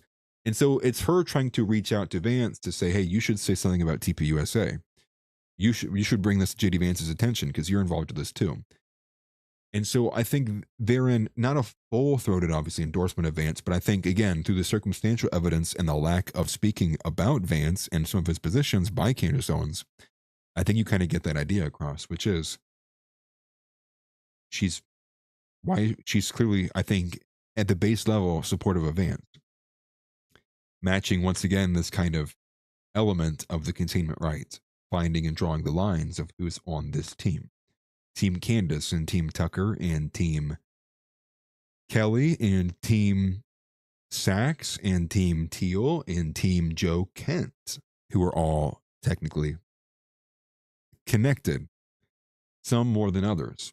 Candace Owens not being by, and now I don't think I've read any piece that says that Candace Owens has been a part of or involved with the Rockbridge Network, but all the other ones have. And if anything, Candace Owens, by rhetoric and direction and current push and current coverage, she is lumped in right alongside all of those, which is to say the buck stops with Israel. She doesn't give in to any of this race realism. She'd be on the same level of Tucker Carlson, which is like, I don't, blood guilt. She's in that same vein, pro J.D. Vance. And so I think that's notable given the fact that, again, and I'll bring up this clip here just to show you, that this is where Nick's head was at back in the beginning of this month, April. And this was the day before, or I think it was the first day that Trump actually was laying everybody out on Truth Social. So I'll play this clip here. It's a shorter one from Nick. But again, mark my words, Megyn Kelly, Tucker Carlson, and Candace Owens will tell you to vote for Republicans and J.D. Vance in 2028. And I think if anything, you could take that, trying to get J.D. Vance's attention to like say, look what Erica Kirk is doing. Look what's happening with TPUSA. Because I'm assuming the assumption is that J.D. Vance would be willing to see it and then give a comment against TPUSA or insert himself as against Erica Kirk. But here's the clip, and here's the idea behind it. Here, and you are watching this, whenever you're watching this, mark my words, Megyn Kelly, Tucker, almost certainly Candace Owens, all these people that are so against the war in Iran and so against Israel and so hypercritical of Trump, all of them are going to tell you to vote Republican and vote for J.D. Vance in 2028. And what did J.D. Vance do? He sat there in the White House while Trump was at Mar-a-Lago, and they say that Vance encouraged Trump to hit Iran as hard as possible. There was no dissent within the ranks when this decision was made. There was no dissent from within the cabinet, and that would have been the time. If J.D. Vance were the guy, if he had character, if he was America first, that would have been the time. This may be an inflection point in our history. This is a really bad mistake. And it's one that was totally avoidable. And we all know why it happened, because Israel wanted it and they forced us to do it. And just to add in as well, this for anybody who is getting like their base knowledge from like Fox News or anybody, on X, for example, any of these other kind of mega glazers, they continually keep positing from one source or another that J.D. Vance has been anti-war this entire time, that he's been the restrictive element, he's been the let's cool off and calm down. But we know that's not true from everybody from the meeting of when this war was for the initial strike, right? We know this. How Trump decided to go to war was the article. That's from the New York Times too, I believe. And what they say, the conclusion of it, and like the summary and the conclusion are pretty similar. That's how most intros and outros typically are. Was that it seemed, and by all appearances, ostensibly, Trump was leaning into a smaller coordinated strike. But it was Vance who was arguing for, and that's the exact verbiage used in the article, was arguing for, if you hit Iran, you have to go big and you have to go fast. Or something to that effect. Go fast and go hard, something to that effect. Meaning that he was arguing for a much broader, fuller scale attack on Iran. Something that would not be seen as a precision strike. Something that would go beyond that. Now, whatever they want to call it, right? It's not a war, it's a military operation. Yeah, there's using different language to get around it. But everything they have done since that moment in time has been to try to pull the wool over your eyes and make you think that Vance is actually this anti-war voice, when we know that's just not the case at all. And there's other elements in there that we've covered through this entire war that's been ongoing. But to match the point here as well, these people are going to be carrying the water for them. And I'm going to take you to a Joe Kent post that was posted earlier today to show you, similarly, they're still running this cover. They're running this channel. Now, I covered it largely in the video I made about Joe Kent, looking at Joe Kent as like the lens into like whatever this network is, seeing how he was like on the move with his letter to Donald Trump of being, restraining Israel. And they all have the very similar categories. They all have very similar markings, if you will, of it's Israel, it's Netanyahu, not blaming Trump for some of these decisions. It's everyone else. It's not actually Trump. There's all of it. And it's all omitting very important, elements and information of the story. But here's the rest of the clip. And as a consequence, now they need $200 billion to replenish our missiles. And now there's an energy shock, which will lead to an economic correction. And we may not even be out of this war. We don't know where this thing is headed, where we are right now. But JD did not dissent. He did not protest. He sat there and he encouraged Trump.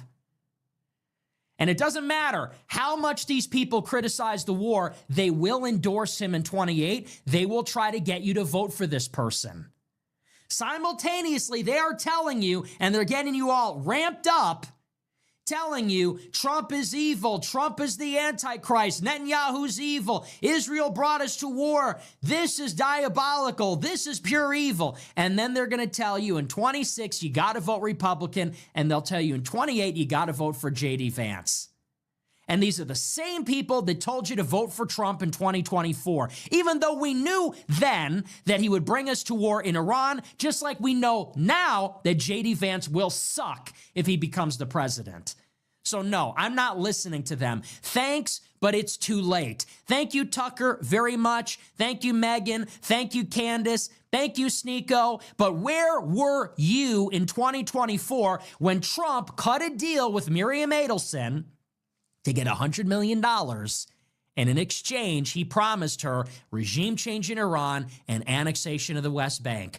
You people swept that under the rug and said it wasn't a big deal. And so then you also have the fact that, again, what did JD Vance say when Joe Kent resigned? Seeing how JD Vance was the one who handled it, he was the one in the administration who handled it, which is not how it's typically handled. Typically, if you are a confirmed member, part of the cabinet, or you're on the level of a position of Joe Kent, that resignation is supposed to be delivered directly to the president. It wasn't. He goes in with a meeting alongside Tulsi Gabbard. They sit down with JD Vance. And what does JD Vance tell him? JD Vance tells him, when you do this, you need to make it as respectful as possible. You need to not, he's telling, let me overlook your letter. You need to make sure, it seemed that they were good. And then when JD Vance addresses it publicly, what does he say? Now, he doesn't take a strong stance against Joe Kent, but he does offer the language that is, if you're unwilling to do what your position is or follow at the behest of the administration, which is led by Trump, well, then, yeah, you need to know that it time's up. You need to be out of here. So he didn't have his buddies back then. That would have been a great moment to have said something along the lines of, and I have my issues with the way with the war's going on. He could have said something to the effect of, and I'm inclined to agree with Joe Kent, but I wouldn't have done it like this. There's a bajillion ways that he could have done it that would have made sense. It would have been able to connect the dots, but we don't have any of that. All you have is people telling you that he's doing that. And it's like, it's up to you to decide, like, do you believe in something that you can't see and aren't seeing and actually literally isn't happening? And speaking of Joe Kent, another one of these literally on time, perfectly on time. I'm not even joking you. In real time, I'm seeing as like the Hormuz letter, was it the Quebecsi letter or the Hormuz letter, posts that Netanyahu is getting ready to hold the security assessment. It's like clockwork. Again, I made note of this the last time I did this. Here Joe Kent is again. Immediately, boom. Israel will try to force us back into the war because their objective is regime change and decapitation. They can't do this without us. POTUS has made it clear that our military objectives have been met. It's essential we restrain Israel to ensure we aren't sucked back in. Right on time. Right on time. And again, applying pressure onto Israel because Netanyahu has an election coming up in October. And I'm assuming the idea is if they can continually to place, and this was seemingly was the idea from Nick, was that if they can place all of this pressure on Israel and Netanyahu, make them seem like they are this kind of unrestrained dog, this kind of super aggressive, this aggressive animal, but then they can also not even just pin it on Israel, but pin it on Netanyahu, force Netanyahu to have to assuage his domestic politics there in Israel, meaning like probably not going to war constantly, because again, early reporting, especially during the middle of the war, there was multiple IDF chiefs coming out and saying like we're getting slaughtered. There were many people who were angry of how long they were having to sit in the bomb shelters, like especially if with all these missile systems and defense batteries kind of failing, the Iron Dome not being as strong as what they wanted it to be. And so the idea, what they're trying to place the idea into the people's heads, is that if we can get Netanyahu restrained, there won't be much chance of a war because Netanyahu will be battling the front of his voting politics and the voting base of his own people there in Israel and have less ability to actually concern himself with going to full-scale war. Now, they could do things like snap elections and stuff like that. I haven't looked at any of the polling data on there. But the idea being, though, if they can place pressure on there, maybe even getting a bonus or a cherry on top would be, say, if Netanyahu loses his election. Not that it would prevent Israel from ever going back to war with Iran or seeking out to continue its objectives, but that it would provide enough buffer of period and a changing of the guard that Israel would likely not be engaging in full-scale combat operations if they are in the middle of changing the guard. Therein buying JD Vance time because, again, the Iran war is killing his chances to be president. By far and large, the Iran war has murdered. I mean, and if Trump was up for re-election, it would have harmed his chances too. They were both suffering from this. But again, Trump's not running next time because he's not going to be running anymore. So it's really hurting JD Vance's prospects for 2028. And we've seen this. We've seen this with the reporting on Rubio and the donors wanting to back Rubio.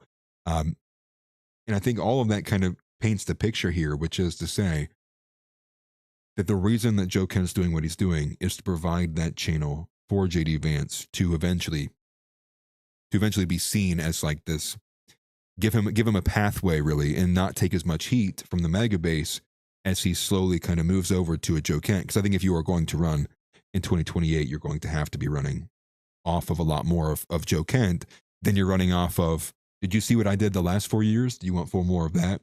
That seems to be the idea behind it. And the reason why he's not doing it himself, JD not doing it of and by himself, is because he's not trying to burn and make himself an enemy to the current iteration of everybody who's backing MAGA, right? The boomers and the Jews and all of that still make up a decent portion of the base. So he's trying to do what he possibly can. And in the language of the Rockbridge Network handbook, which you can go find on, as a PDF somewhere, their main goal is ensuring really less so about maintaining an ideology. Their coalition just seeks out to think of what they could do. What could an administration do that could possess the 55% majority? And that seems to be in the mindset of Vance. I don't think Vance is really concerned with much of what actually Americans are concerned of. I think Vance and the Rockbridge Network is concerned of how can they maintain long-term power. And I think you can, if you find it in the Rockbridge Network handbook, I think that's probably something I should make a video about soon too. So there's just a lot happening, and a lot of confusion, a lot of mudflinging, a lot of fog of war, and quite honest, there's still a lot of fog of war. I think there's a lot of things that still are kind of concerning and also don't make sense even inside of those narratives. There's one thing that I was thinking of the other day that I wanted to bring up, but I'm forgetting it now. So if it comes back to me, I'll bring it back up. But again, give you guys a bit of insight there of all these happenings. And there's Candace Owens.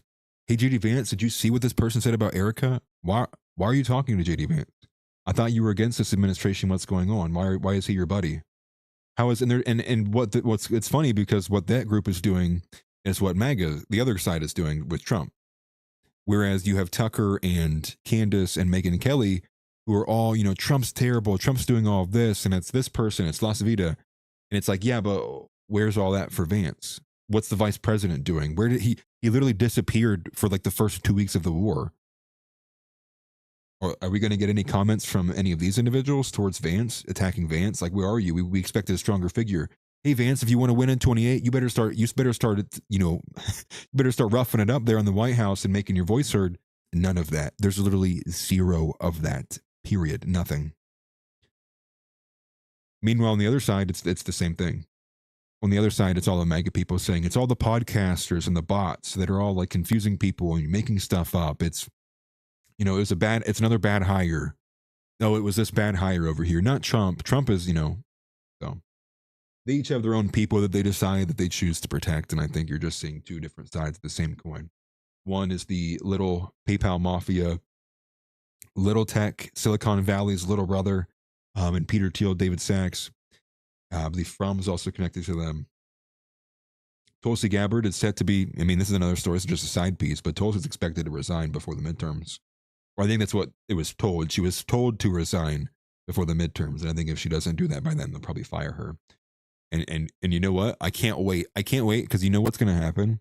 The moment that Tulsi Gabbard is no longer part of this administration, I guarantee you within 48 hours, she's going to be doing an episode with Tucker Carlson. I guarantee it. I will give a random person in here $50 if that does not happen. But I guarantee it. Because they're all attached. Why would Tulsi Gabbard even be in the resignation meeting between Kent and Vance? And why did JD decide that he wanted to take that on? Why did Kent just not go straight to the president? Because understand, who is his letter even written for, by the way? His letter was for. His letter was written specifically for Trump. And you think that Joe Kent wouldn't have taken that last opportunity to say that to Trump, and he doesn't? So, a lot of it that doesn't make any sense. And then he says, I thought Tulsi did resign. Did she? I thought it was that they were just saying it. I don't know if she actually did. Let me look that up. Let's go find, guys. Let's go figure it out. Did she? Yeah, and she's DNI, Director of National Intelligence. Joe Kent was have you guys been having this happen? This has been happening to me lately. It won't load my left side of the X platform.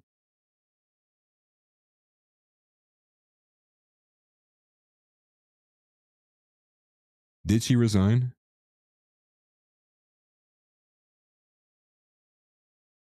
Yeah, we would have seen it if she did. It would have been a big story. This is what I did see, though, is that the report suggests that the White House has informed DNI Tulsi Gabbard that she has until the midterms to resign. So this is what I was thinking.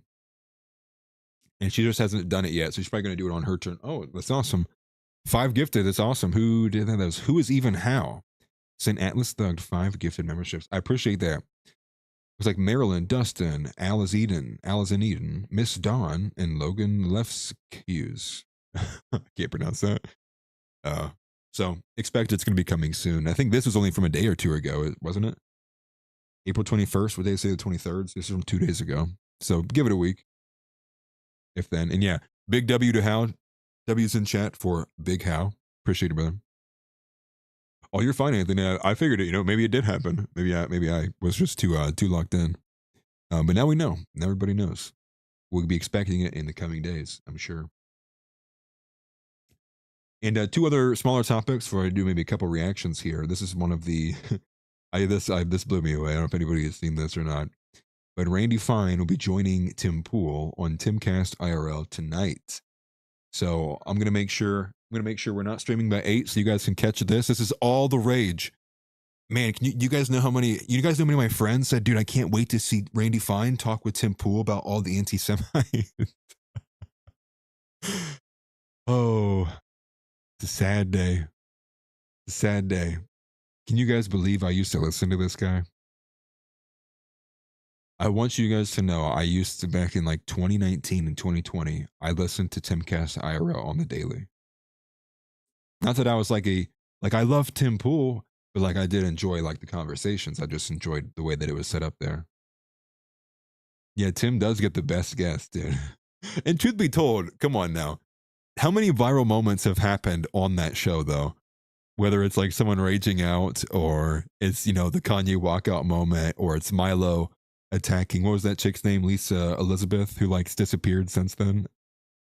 She's probably one of those girls who does the sugar daddy stuff. Whatever happened to Adam Krigler? Does he even stream anymore? I feel like I never see that guy ever. He used to have a lot more of the X presence, but like I never see him. Maybe he blocked me for something. That's why I don't see him. I thought the same thing about James Lindsay, but I was like, oh no, he blocked me. So I can't engage with his tweets, so it never shows me it anymore. It's like, you quit engaging with it, so we assume you didn't want to see it anymore. It's like, no, actually, he blocked me, so I can't engage with it. I'd be on that guy right now. He streams with Nerdrotic. Interesting. Is he going into the entertainment? Is he walking away from politics a little bit? I trust me, I feel him. I feel that 1,000%. And people wonder why Nick's got to take a break every other couple of shows. To be honest, there is a kind of a extreme mental load to doing the streaming. I gotta be honest with you. Not that it's hard by any means. This is I think I'm gonna be honest with you, I think it's easy, but I don't do any of the long streams like other people do. But there is a mental load to perform, for a couple hours or however long you are streaming. I know some streamers are doing the thing where they're like, they're sleeping in the chair, 12 hours of sleeping in the chair. But there's a creator who I listen to, or I don't listen to, it's probably a terrible way to say it, because I never watch any of his content anymore. Literally don't have the time. But there's a creator, it goes by the name of Mr. No Sleep. And he does all these crazy grinds in video games, largely RuneScape. I think it only is RuneScape. Where he does 12 hours of cutting a magic tree, and it's just him doing stuff. It's crazy. But I think the thing that I found that was kind of wild about it was he did an interview with another creator by the name of Prison Joe. I can't remember what his name was. And what's funny is I used to watch Prison Joe a couple years ago when he was he was in the Gillenor games then, but he had a lot of content out. He's a gaming creator. And it's crazy to think before I even had 1,000 subs, I was watching this guy, and I'm pretty sure I'm literally just 1,000 away from him now of surpassing him. I mean, I know it's 2 different categories. That was cool. But it was between Prison Joe and Mr. No Sleep. They're having this conversation about creation. And so it's on Prison Joe's host. He's the host. And he's asking Mr. No Sleep all these questions. Mr. No Sleep had this one 100-hour stream. And he told Prison Joe that he ended up sleeping for it was 4 straight days after that. And I'm going to be honest, there are times where I quit, I'm done streaming and I get this intense like headache, and the only thing to like make it stop is to like literally close my eyes and like sit in like a dark room for like 10 minutes. It's not physical by any means, but it is like a mentally performing. It's kind of like that feeling of like if you scream, like imagine you scream at the top of your lungs for like 30 straight minutes, and the way that your forehead will kind of feel sore for whatever reason, like that's the way it feels. It's kind of hard to describe. Start the do a donathon to the donut train. Appreciate the super chat from the boss. I do appreciate it. Thank you, brother. I thought about doing something along the lines of like a subathon or a, whatever they call it, donathon. I'd have to learn more about them, to be honest with you. Like I hear about it all the time. Gifted subs, all that. I'm telling you, I don't know the Twitch thing at all. I'm going to show a little bit of my boomerness here, but I don't really know what the point of them are. I know that you get a lot of subs. I think the goal is like the stream only is up as long as people are subbing, I think is the gist behind it. I guess it's like every sub adds like 10 minutes or whatever. I think. Listen, I'm getting old, guys, so that stuff's kind of out of my wheelhouse anymore nowadays. But Uncle House is right. Tim Pool was the only one left after the Great Purge. Yeah. Much like what was brought up during the great Nick Fuentes versus Nick, which was my first video to ever pop off. And probably because I watched both of the creators for a long time and knew them pretty well. So helps to have background knowledge, you know. Ugat says, I was a big Gavin McInnes guy until he showed his true colors with the Jays.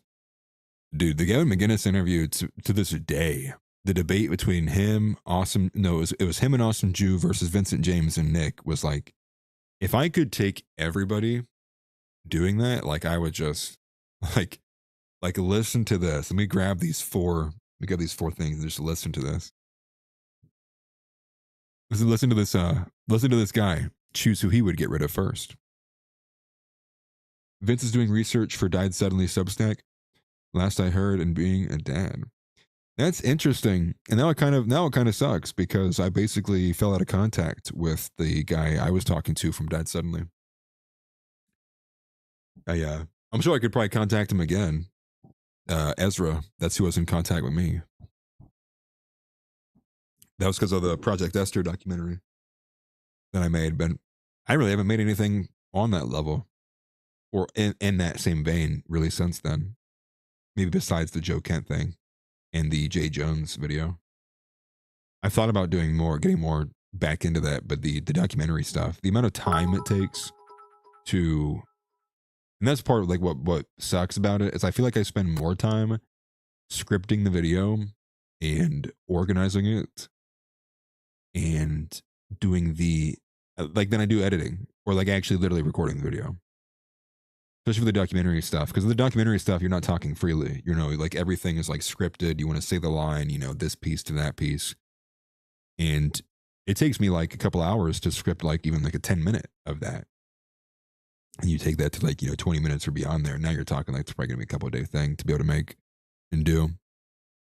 Which is why I've gotten a bit more into the free speaking, which you've probably seen in the videos, which maybe why the videos are tanking. It's a lot more of me talking freely. Maybe that's why nobody wants to click on them. But it's just easier. It's easier to speak freely and not strip. So what I do now is I make a rough outline, do a couple bullet points, and then just go off of what I'm seeing on the bullet points, allowing me a lot more free reign. That way I'm not getting so locked into having to recite exactly, you know, each, you know, word after another. Or make mistakes on that end, for example. And Chirp, thank you very much, Mr. Moss, the super chat. Chirp. Yeah, no smoke alarms here. I don't even know if we have it. Then we do. I changed the batteries on mine. Somebody does. Somebody does. And Beast Vicious says, you think the Jews still have the power to censor everyone like they did in 2019, 2020? Not right now. But I think it's a fluid structure. Again, I think this is, you have to pair these things. There's a certain tether to the culture with things like that. You know, I think First Amendment of any kind of thing that would be seen as a governmental or a state or a political thing is tethered to the culture. And I think when you see that the way I think like first and foremost, they would have to do it subtly, because what's the saying? Like the JQ's gone mainstream. And I mean, even with just that provides a certain amount of, now you have to have like very specific reasons of why you get rid of somebody, which is why I think that you see people like Shameless Berg and Zoomer Historian and Base Lore and a couple of these other guys. Maybe I won't speak on Base Lore because I didn't see too much of his, but a couple of the other guys who still are getting taken off of YouTube, I think is because they're going, like they're sitting there screaming like we should be like, you know, saying violent things about them and stuff like that. And I think a lot of it is because, I mean, I don't really know about Shameless Berg, but I think Zoomer Historian was not a Christian. I think Zoomer is a bit more of a Wignat. I think Zoomer has actually kind of been, you know, against the Groypers at certain different points. Shameless Berg, I know less about, but I did watch more of his videos. Not to say, I don't want to ever tell someone or say about someone who I don't know, oh, you're not a Christian. Like I don't ever speak for somebody, but I don't know. And I don't, I'm not saying that YouTube goes and looks like, are they Christians or not, and deciding. I do think there's an element though, that someone who is Christian, their rhetoric is going to be guided and guarded a bit more than someone who's not. So what I mean by that is this the same stuff that you see all the time. You typically like Nick, the Groypers, the Christians who are race realists and who are privy to the JQ are typically the first ones who tell everyone else, like, please stop doing this. Like, please stop screaming at the top of your lungs. You look like a deranged lunatic. And that's what people in the Wignat community get mad at, and I don't understand it. It's like the optics are not there. Like when the optics are, you look like you're part of the blood Nazi tribe.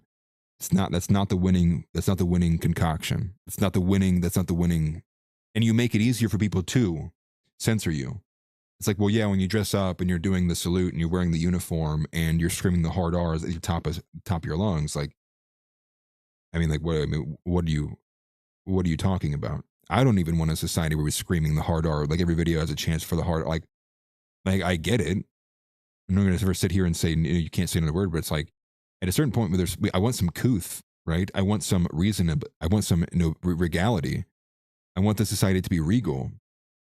I don't want it to be dirty and it's just like this hodgepodge of like. And again, not to broker open the whole Wignat versus Christian thing, but I think there's reasons why, and I think you can find that. I think Joel Webben, as much as he talks about it and gives information and breaks it down with the Bible in hand, a lot of time giving you different verses, breaking down the theology, why is he not getting kicked off of YouTube?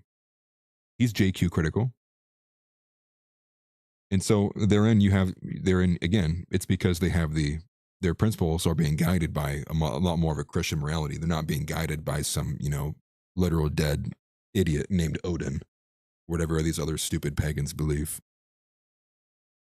And if that makes people mad, it make them mad. But I mean, like, I'm not going to allow you guys or Wignats like that to set the movement back. And I think if anything, to answer the question in a broad way, I think if anything would be empowering to the Jews is stuff like that. Make the average person who doesn't know anything about Israel uncomfortable.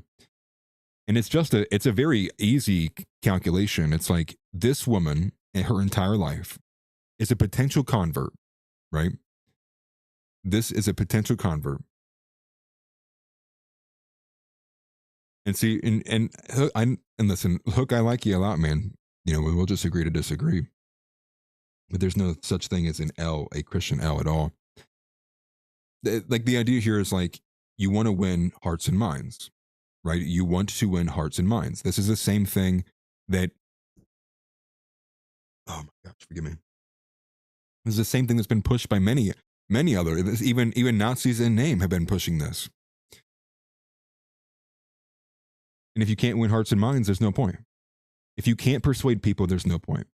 And the whole argument is that if this woman, right, here's a potential woman who would be willing to believe what you have to believe, but the first thing that you have to do is you have to deconstruct all of her false and preconceived notions about what you're about to say.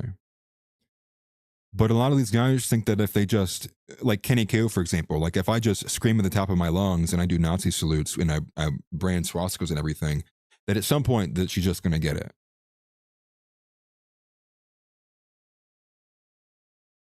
And it's just, I don't understand what the disconnect is there. I don't understand. Like, of course, You can't. And then but you say that and people are like, what, you don't like the Nazis? You didn't like it? It's just, again, if you can't understand optics, I think that's the tell. And you are making a self-report, self-admission that if you don't understand optics, then politics isn't for you. Politics is primarily and largely based upon optics. Optics and money. It looks like I pissed off somebody. But again, a lot of this just, it goes out the window, and, the thoughts of, you can, I guess, scream at the top of your lungs all the way into the White House. It's just not the way it's going to go. And this is why, this is why it's like people see the blood Nazi guy, and they go, and this is why I'm tuning into Tim Pool. This is why they see they see Wignets, and they go, dude, look at those guys. Look at those idiots. And that's why they turn into Tim Pool. It's like we could be converting people to an America First position, but then we have these guys, and now that's, well, great. They could have been listening to somebody like us, but now they're listening to Tim Pool. And it's like, it doesn't matter how mad it makes you. It's an objective reality, and you have to interact with objective reality. I'm sorry. There's no point in literally anything if you wanna play delusion. It's like, okay, how about all of you guys go join all the neurotic females, and you can talk about your worlds together. So it's funny. But no, to answer the question of censorship, I do think that is why. And I don't think they can right now. I don't think they can, largely from a culmination of a lot of elements. I think largely Nick Fuentes and the way that his information's been disseminated across the internet, the way his message was delivered as well too.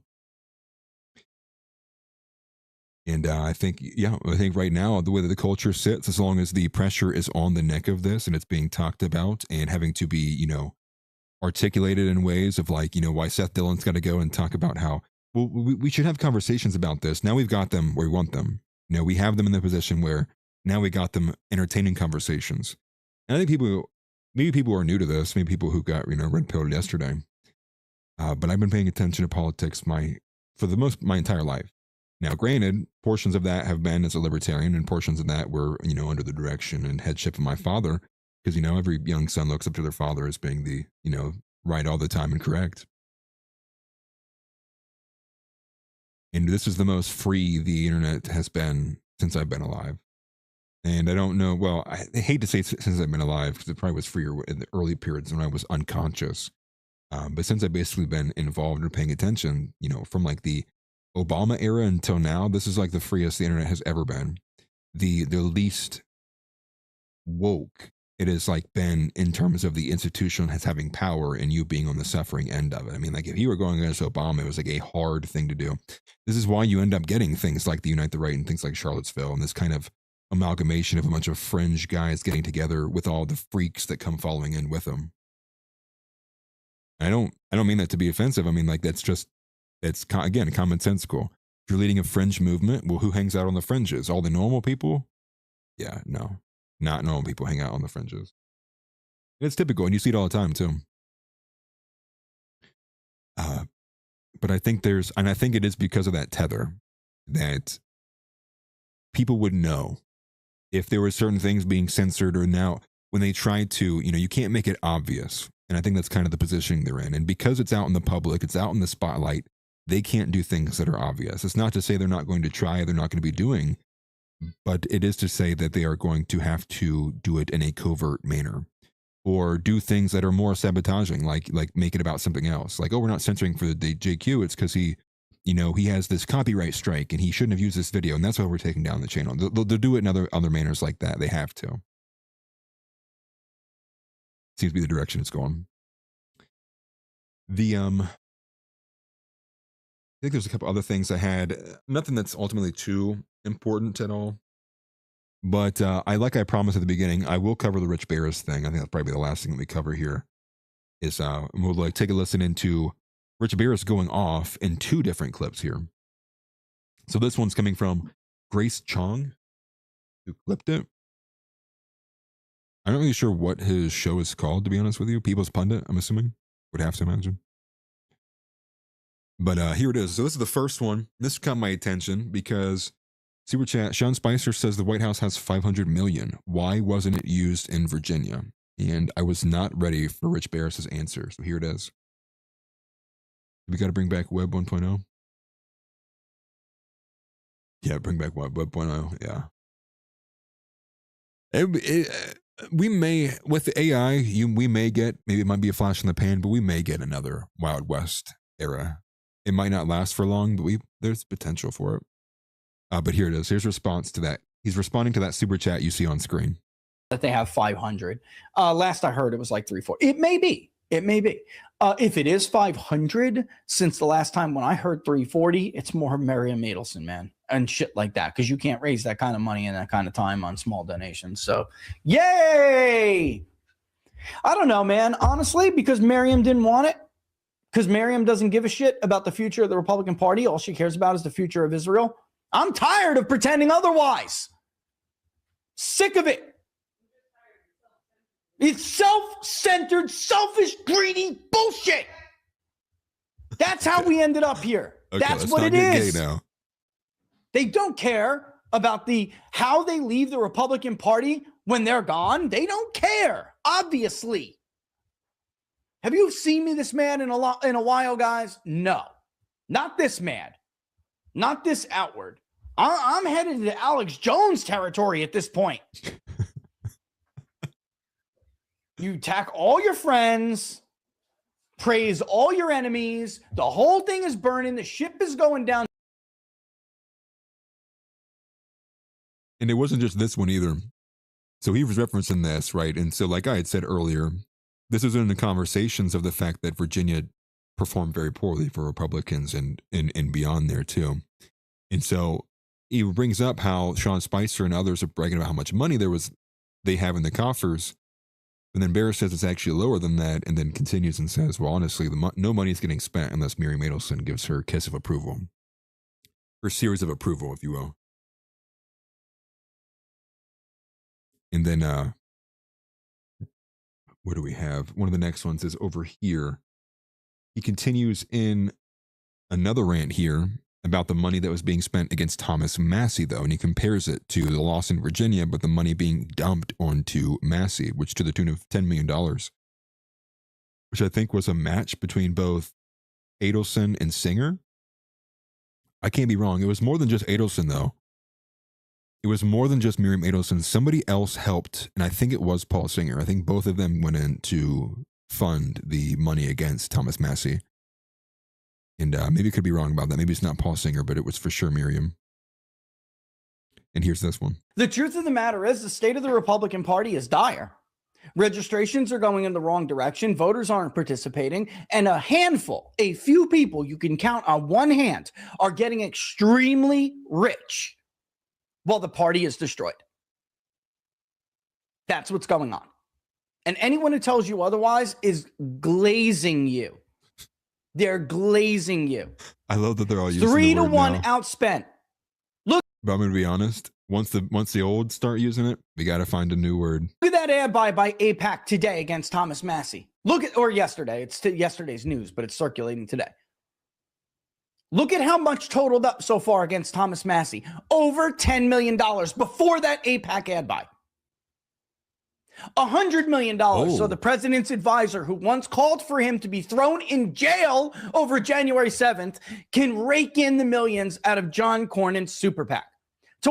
That's crazy. So that means the 10 million was before the APAC buy. So it's more than 10 million now. And I don't know how much the APAC ad buy was for. That's crazy. What? Protect a shit incumbent that's going to vote who will vote to convict Donald Trump in the U.S. Senate, and to prevent a loyalist like Ken Paxton from beating a shit incumbent who's been in the U.S. Senate since 2002 and only wants to get reelected so he could pay back his ag donors and his hospitality donors. Hey, how are all my glitzy glazers doing? So gay. I immediately want to eliminate the word from the English language now. Who want amnesty. How do you do, That's my fellow the state of the glazers? Republican Party. Benny Johnson when he walks into the God knows how TPUSA many meeting. more millions will be spent to defend Lindsey Graham against Mark Lynch now that Paul Dance is out.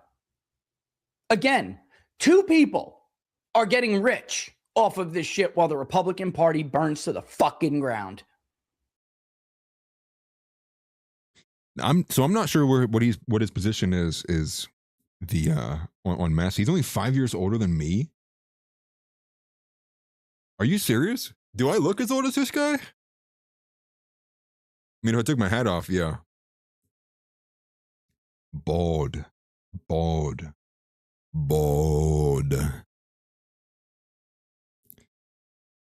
I guess it just looks so. I mean, that's what stress does to you if you're doing like reporting on this for a long time.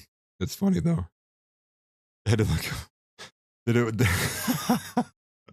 That's funny. Listen, I'm old too. We're all in there together. Uncle House says a conviction will require SPLC to forfeit the funds fraudulently obtained. That'll show. That's fun. Yeah. I again, and I did. I think JR Jr. You were asking me earlier, did I cover it? I did at the beginning of this. And I'm gonna be honestly, I was getting ready to start diving into it, and then the news that follows it, all the timeline, it's Gunther Eagleman pushing it. It's with the Patriot Front boys. It's like, oh yeah, oh, when are we gonna get these guys covered up the streets? Oh yeah, when are we gonna get? And I'm just like, yeah, it's to me, it just is again.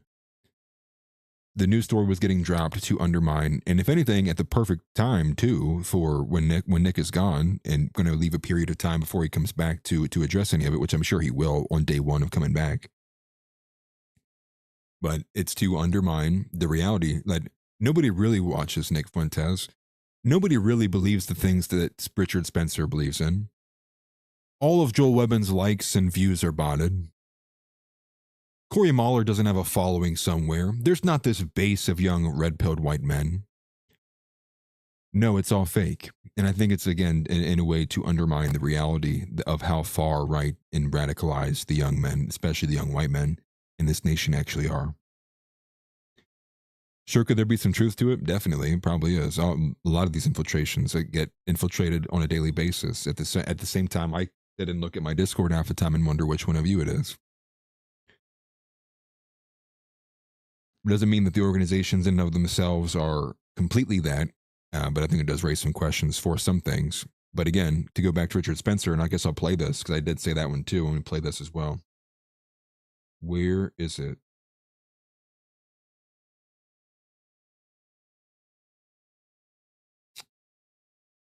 Where is it actually?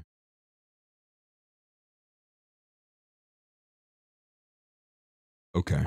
Well, hang on for a second with me as I find this. No. I know I bookmarked it. Yeah, I did.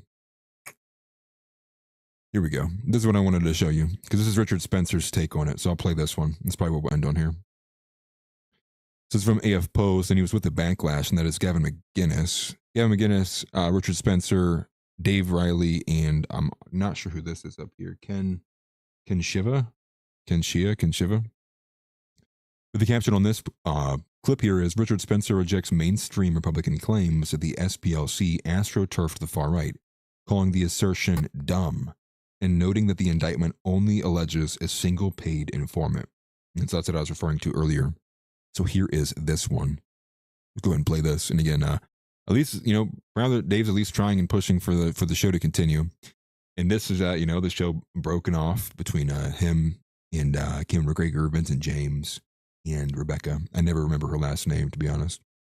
Conservatives are dumb, and they come to the wrong conclusion, and they come to a very self-serving conclusion, which is that anyone who isn't, Daily Wire or Matt Walsh or what have you, anyone who isn't in a movement conservative is somehow a puppet, and the people pulling the strings are, graduates of Yale University, the military industrial complex, or the SPLC, the deep state, et cetera. And it's all fake and a sham. The fact is, this indictment does not even suggest that. And it's just a very self-serving thing for conservatives to now say, oh, I knew it was a hoax or something. Charlottesville, again, it's a complicated matter. Charlottesville was not a hoax. A lot there. Yeah, if anything, the Charlottesville hoax is more referring to the comments made by Donald Trump and less so the actual event. And I believe it is the name of the individual who drove his car was James Little, I'm pretty sure is his name. Now people are calling for him to be released. I saw that on the timeline. I doubt that happens, to be honest with you. Yeah, but I agree with Richard Spencer, and I think that's exactly what it's being used as. And it's someone who hasn't looked at the indictment or any other of the actual documents of the case, but I had the same thought process as Richard. It seems to be very self-serving for the current iteration of conservatism to say, see, like, these people are all fake. They're not real. Fields. James Fields. Okay, thank you. I don't know why I thought James Little. Interesting. But yeah, that's basically a lot of the news of today. There's more stuff ongoing. I know at the beginning of the stream, you guys were talking about Clavicular and his new nightclub. That does seem to be, there's something to that. Looks like his ex was talking a bit more about it too. I don't know much about who his ex is at all. But he bought this club, and it seems like there's some shady ties. It looks like Androgenic is also being tied to some of this as well, too. Weird clips being shown around. Owen Schroyer even said something to the effect of he's losing faith in Clavicular. Wasn't really sure what that was directed at, but again, I've not been following much of Clavicular lately at all. I've really not been watching, honestly, anything outside of Stargate when I get the chance with my wife. I'm really just kind of paying attention to the news and working. And covered Vivek a little bit in the video, but I do think it would, if anybody was interested in, you should definitely check out the woman who confronts him on Israel and seeing the approach they're taking now. Laura Loomer's now defending Vivek Ramaswamy. Vivek's now going with the, I was asked about Israel, the now, in parentheses, standardly boring question, doing the Israel routine. And they all pushing this stuff to undermine the actual basis and the merits of the contentions and the arguments against all the things that they choose to deflect and ignore. So, never Vivek, never Vance. Voting blue in the midterms, except for if you have a good candidate, and that means Mark Lynch or Casey Putsch. And I feel like there's somebody else who I'm not thinking of that's also running that's going to be good. Ken Paxton, I think, is somebody else who is at least decent, at least better than the incumbent, I would say. But yeah, the whole goal, get the Democrats in for the midterms and make the Republicans, the current administration, suffer heavily. And I think that's pretty much, there's a smaller story about Hassan being pro-stealing, but like, is that shocking to anybody? Of course he's pro-stealing. Like, duh. Like, the dude's an idiot. Why he has a following or how he has a following, I have no idea. It's beyond me. But I guess with all the recent videos coming out today, if I had any advice for any white individual at all, it would be to watch where you're at on the sidewalk and look out for blacks, because I've seen an insane amount of videos coming out on that this week alone of just people just being violently attacked for seemingly no reason. And this one was like, this girl would not give her number to this guy, so he literally beat her. So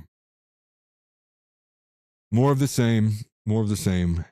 And but never black pill. We're taking steps one step at a time. I think we're clearly progressing in a good direction, at least with some of the rhetoric and at least the information access to the realities of our situation, what's ongoing.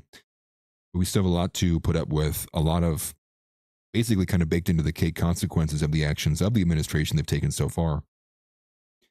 So no.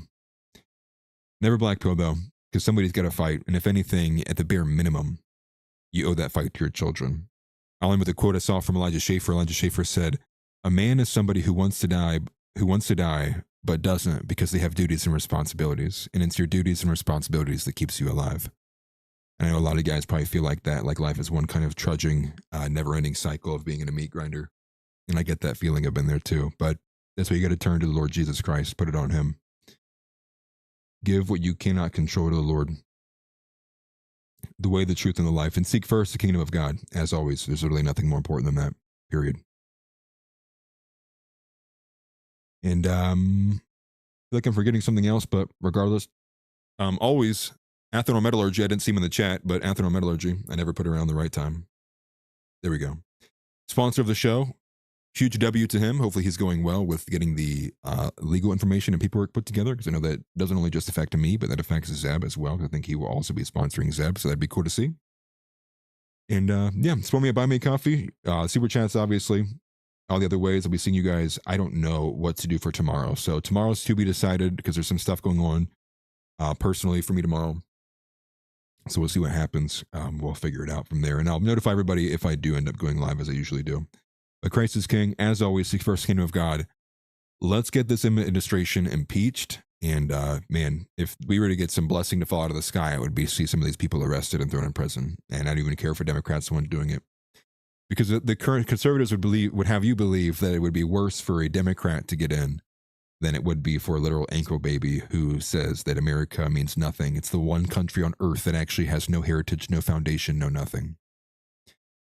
Just incredible stuff being pushed out about there. But as always, I'm rooting for you guys. Never black pill. If you're a woman over 150 pounds, I'm sorry, but we are going to throw you in an ocean somewhere. If you're anywhere from 100, 150 pounds, is your 90-day notice to lose the weight, or otherwise you're going to be getting shot from a cannon to Israel. With that, guys, I appreciate it. Appreciate everybody for being here. I will see you guys next time, and stay tuned to see if I go live tomorrow. But you're probably going to be seeing a lot more streams from me through the upcoming week, and no videos. The videos have been performing like jack nothing. So take care, and I'll see you guys next time. Peace out, everybody. Oops, wrong one. This one. Get up and get out. Get out. Get out. I have a question for you. Say Christ is Lord. Say Christ is Lord. Say it. You say Christ is Lord.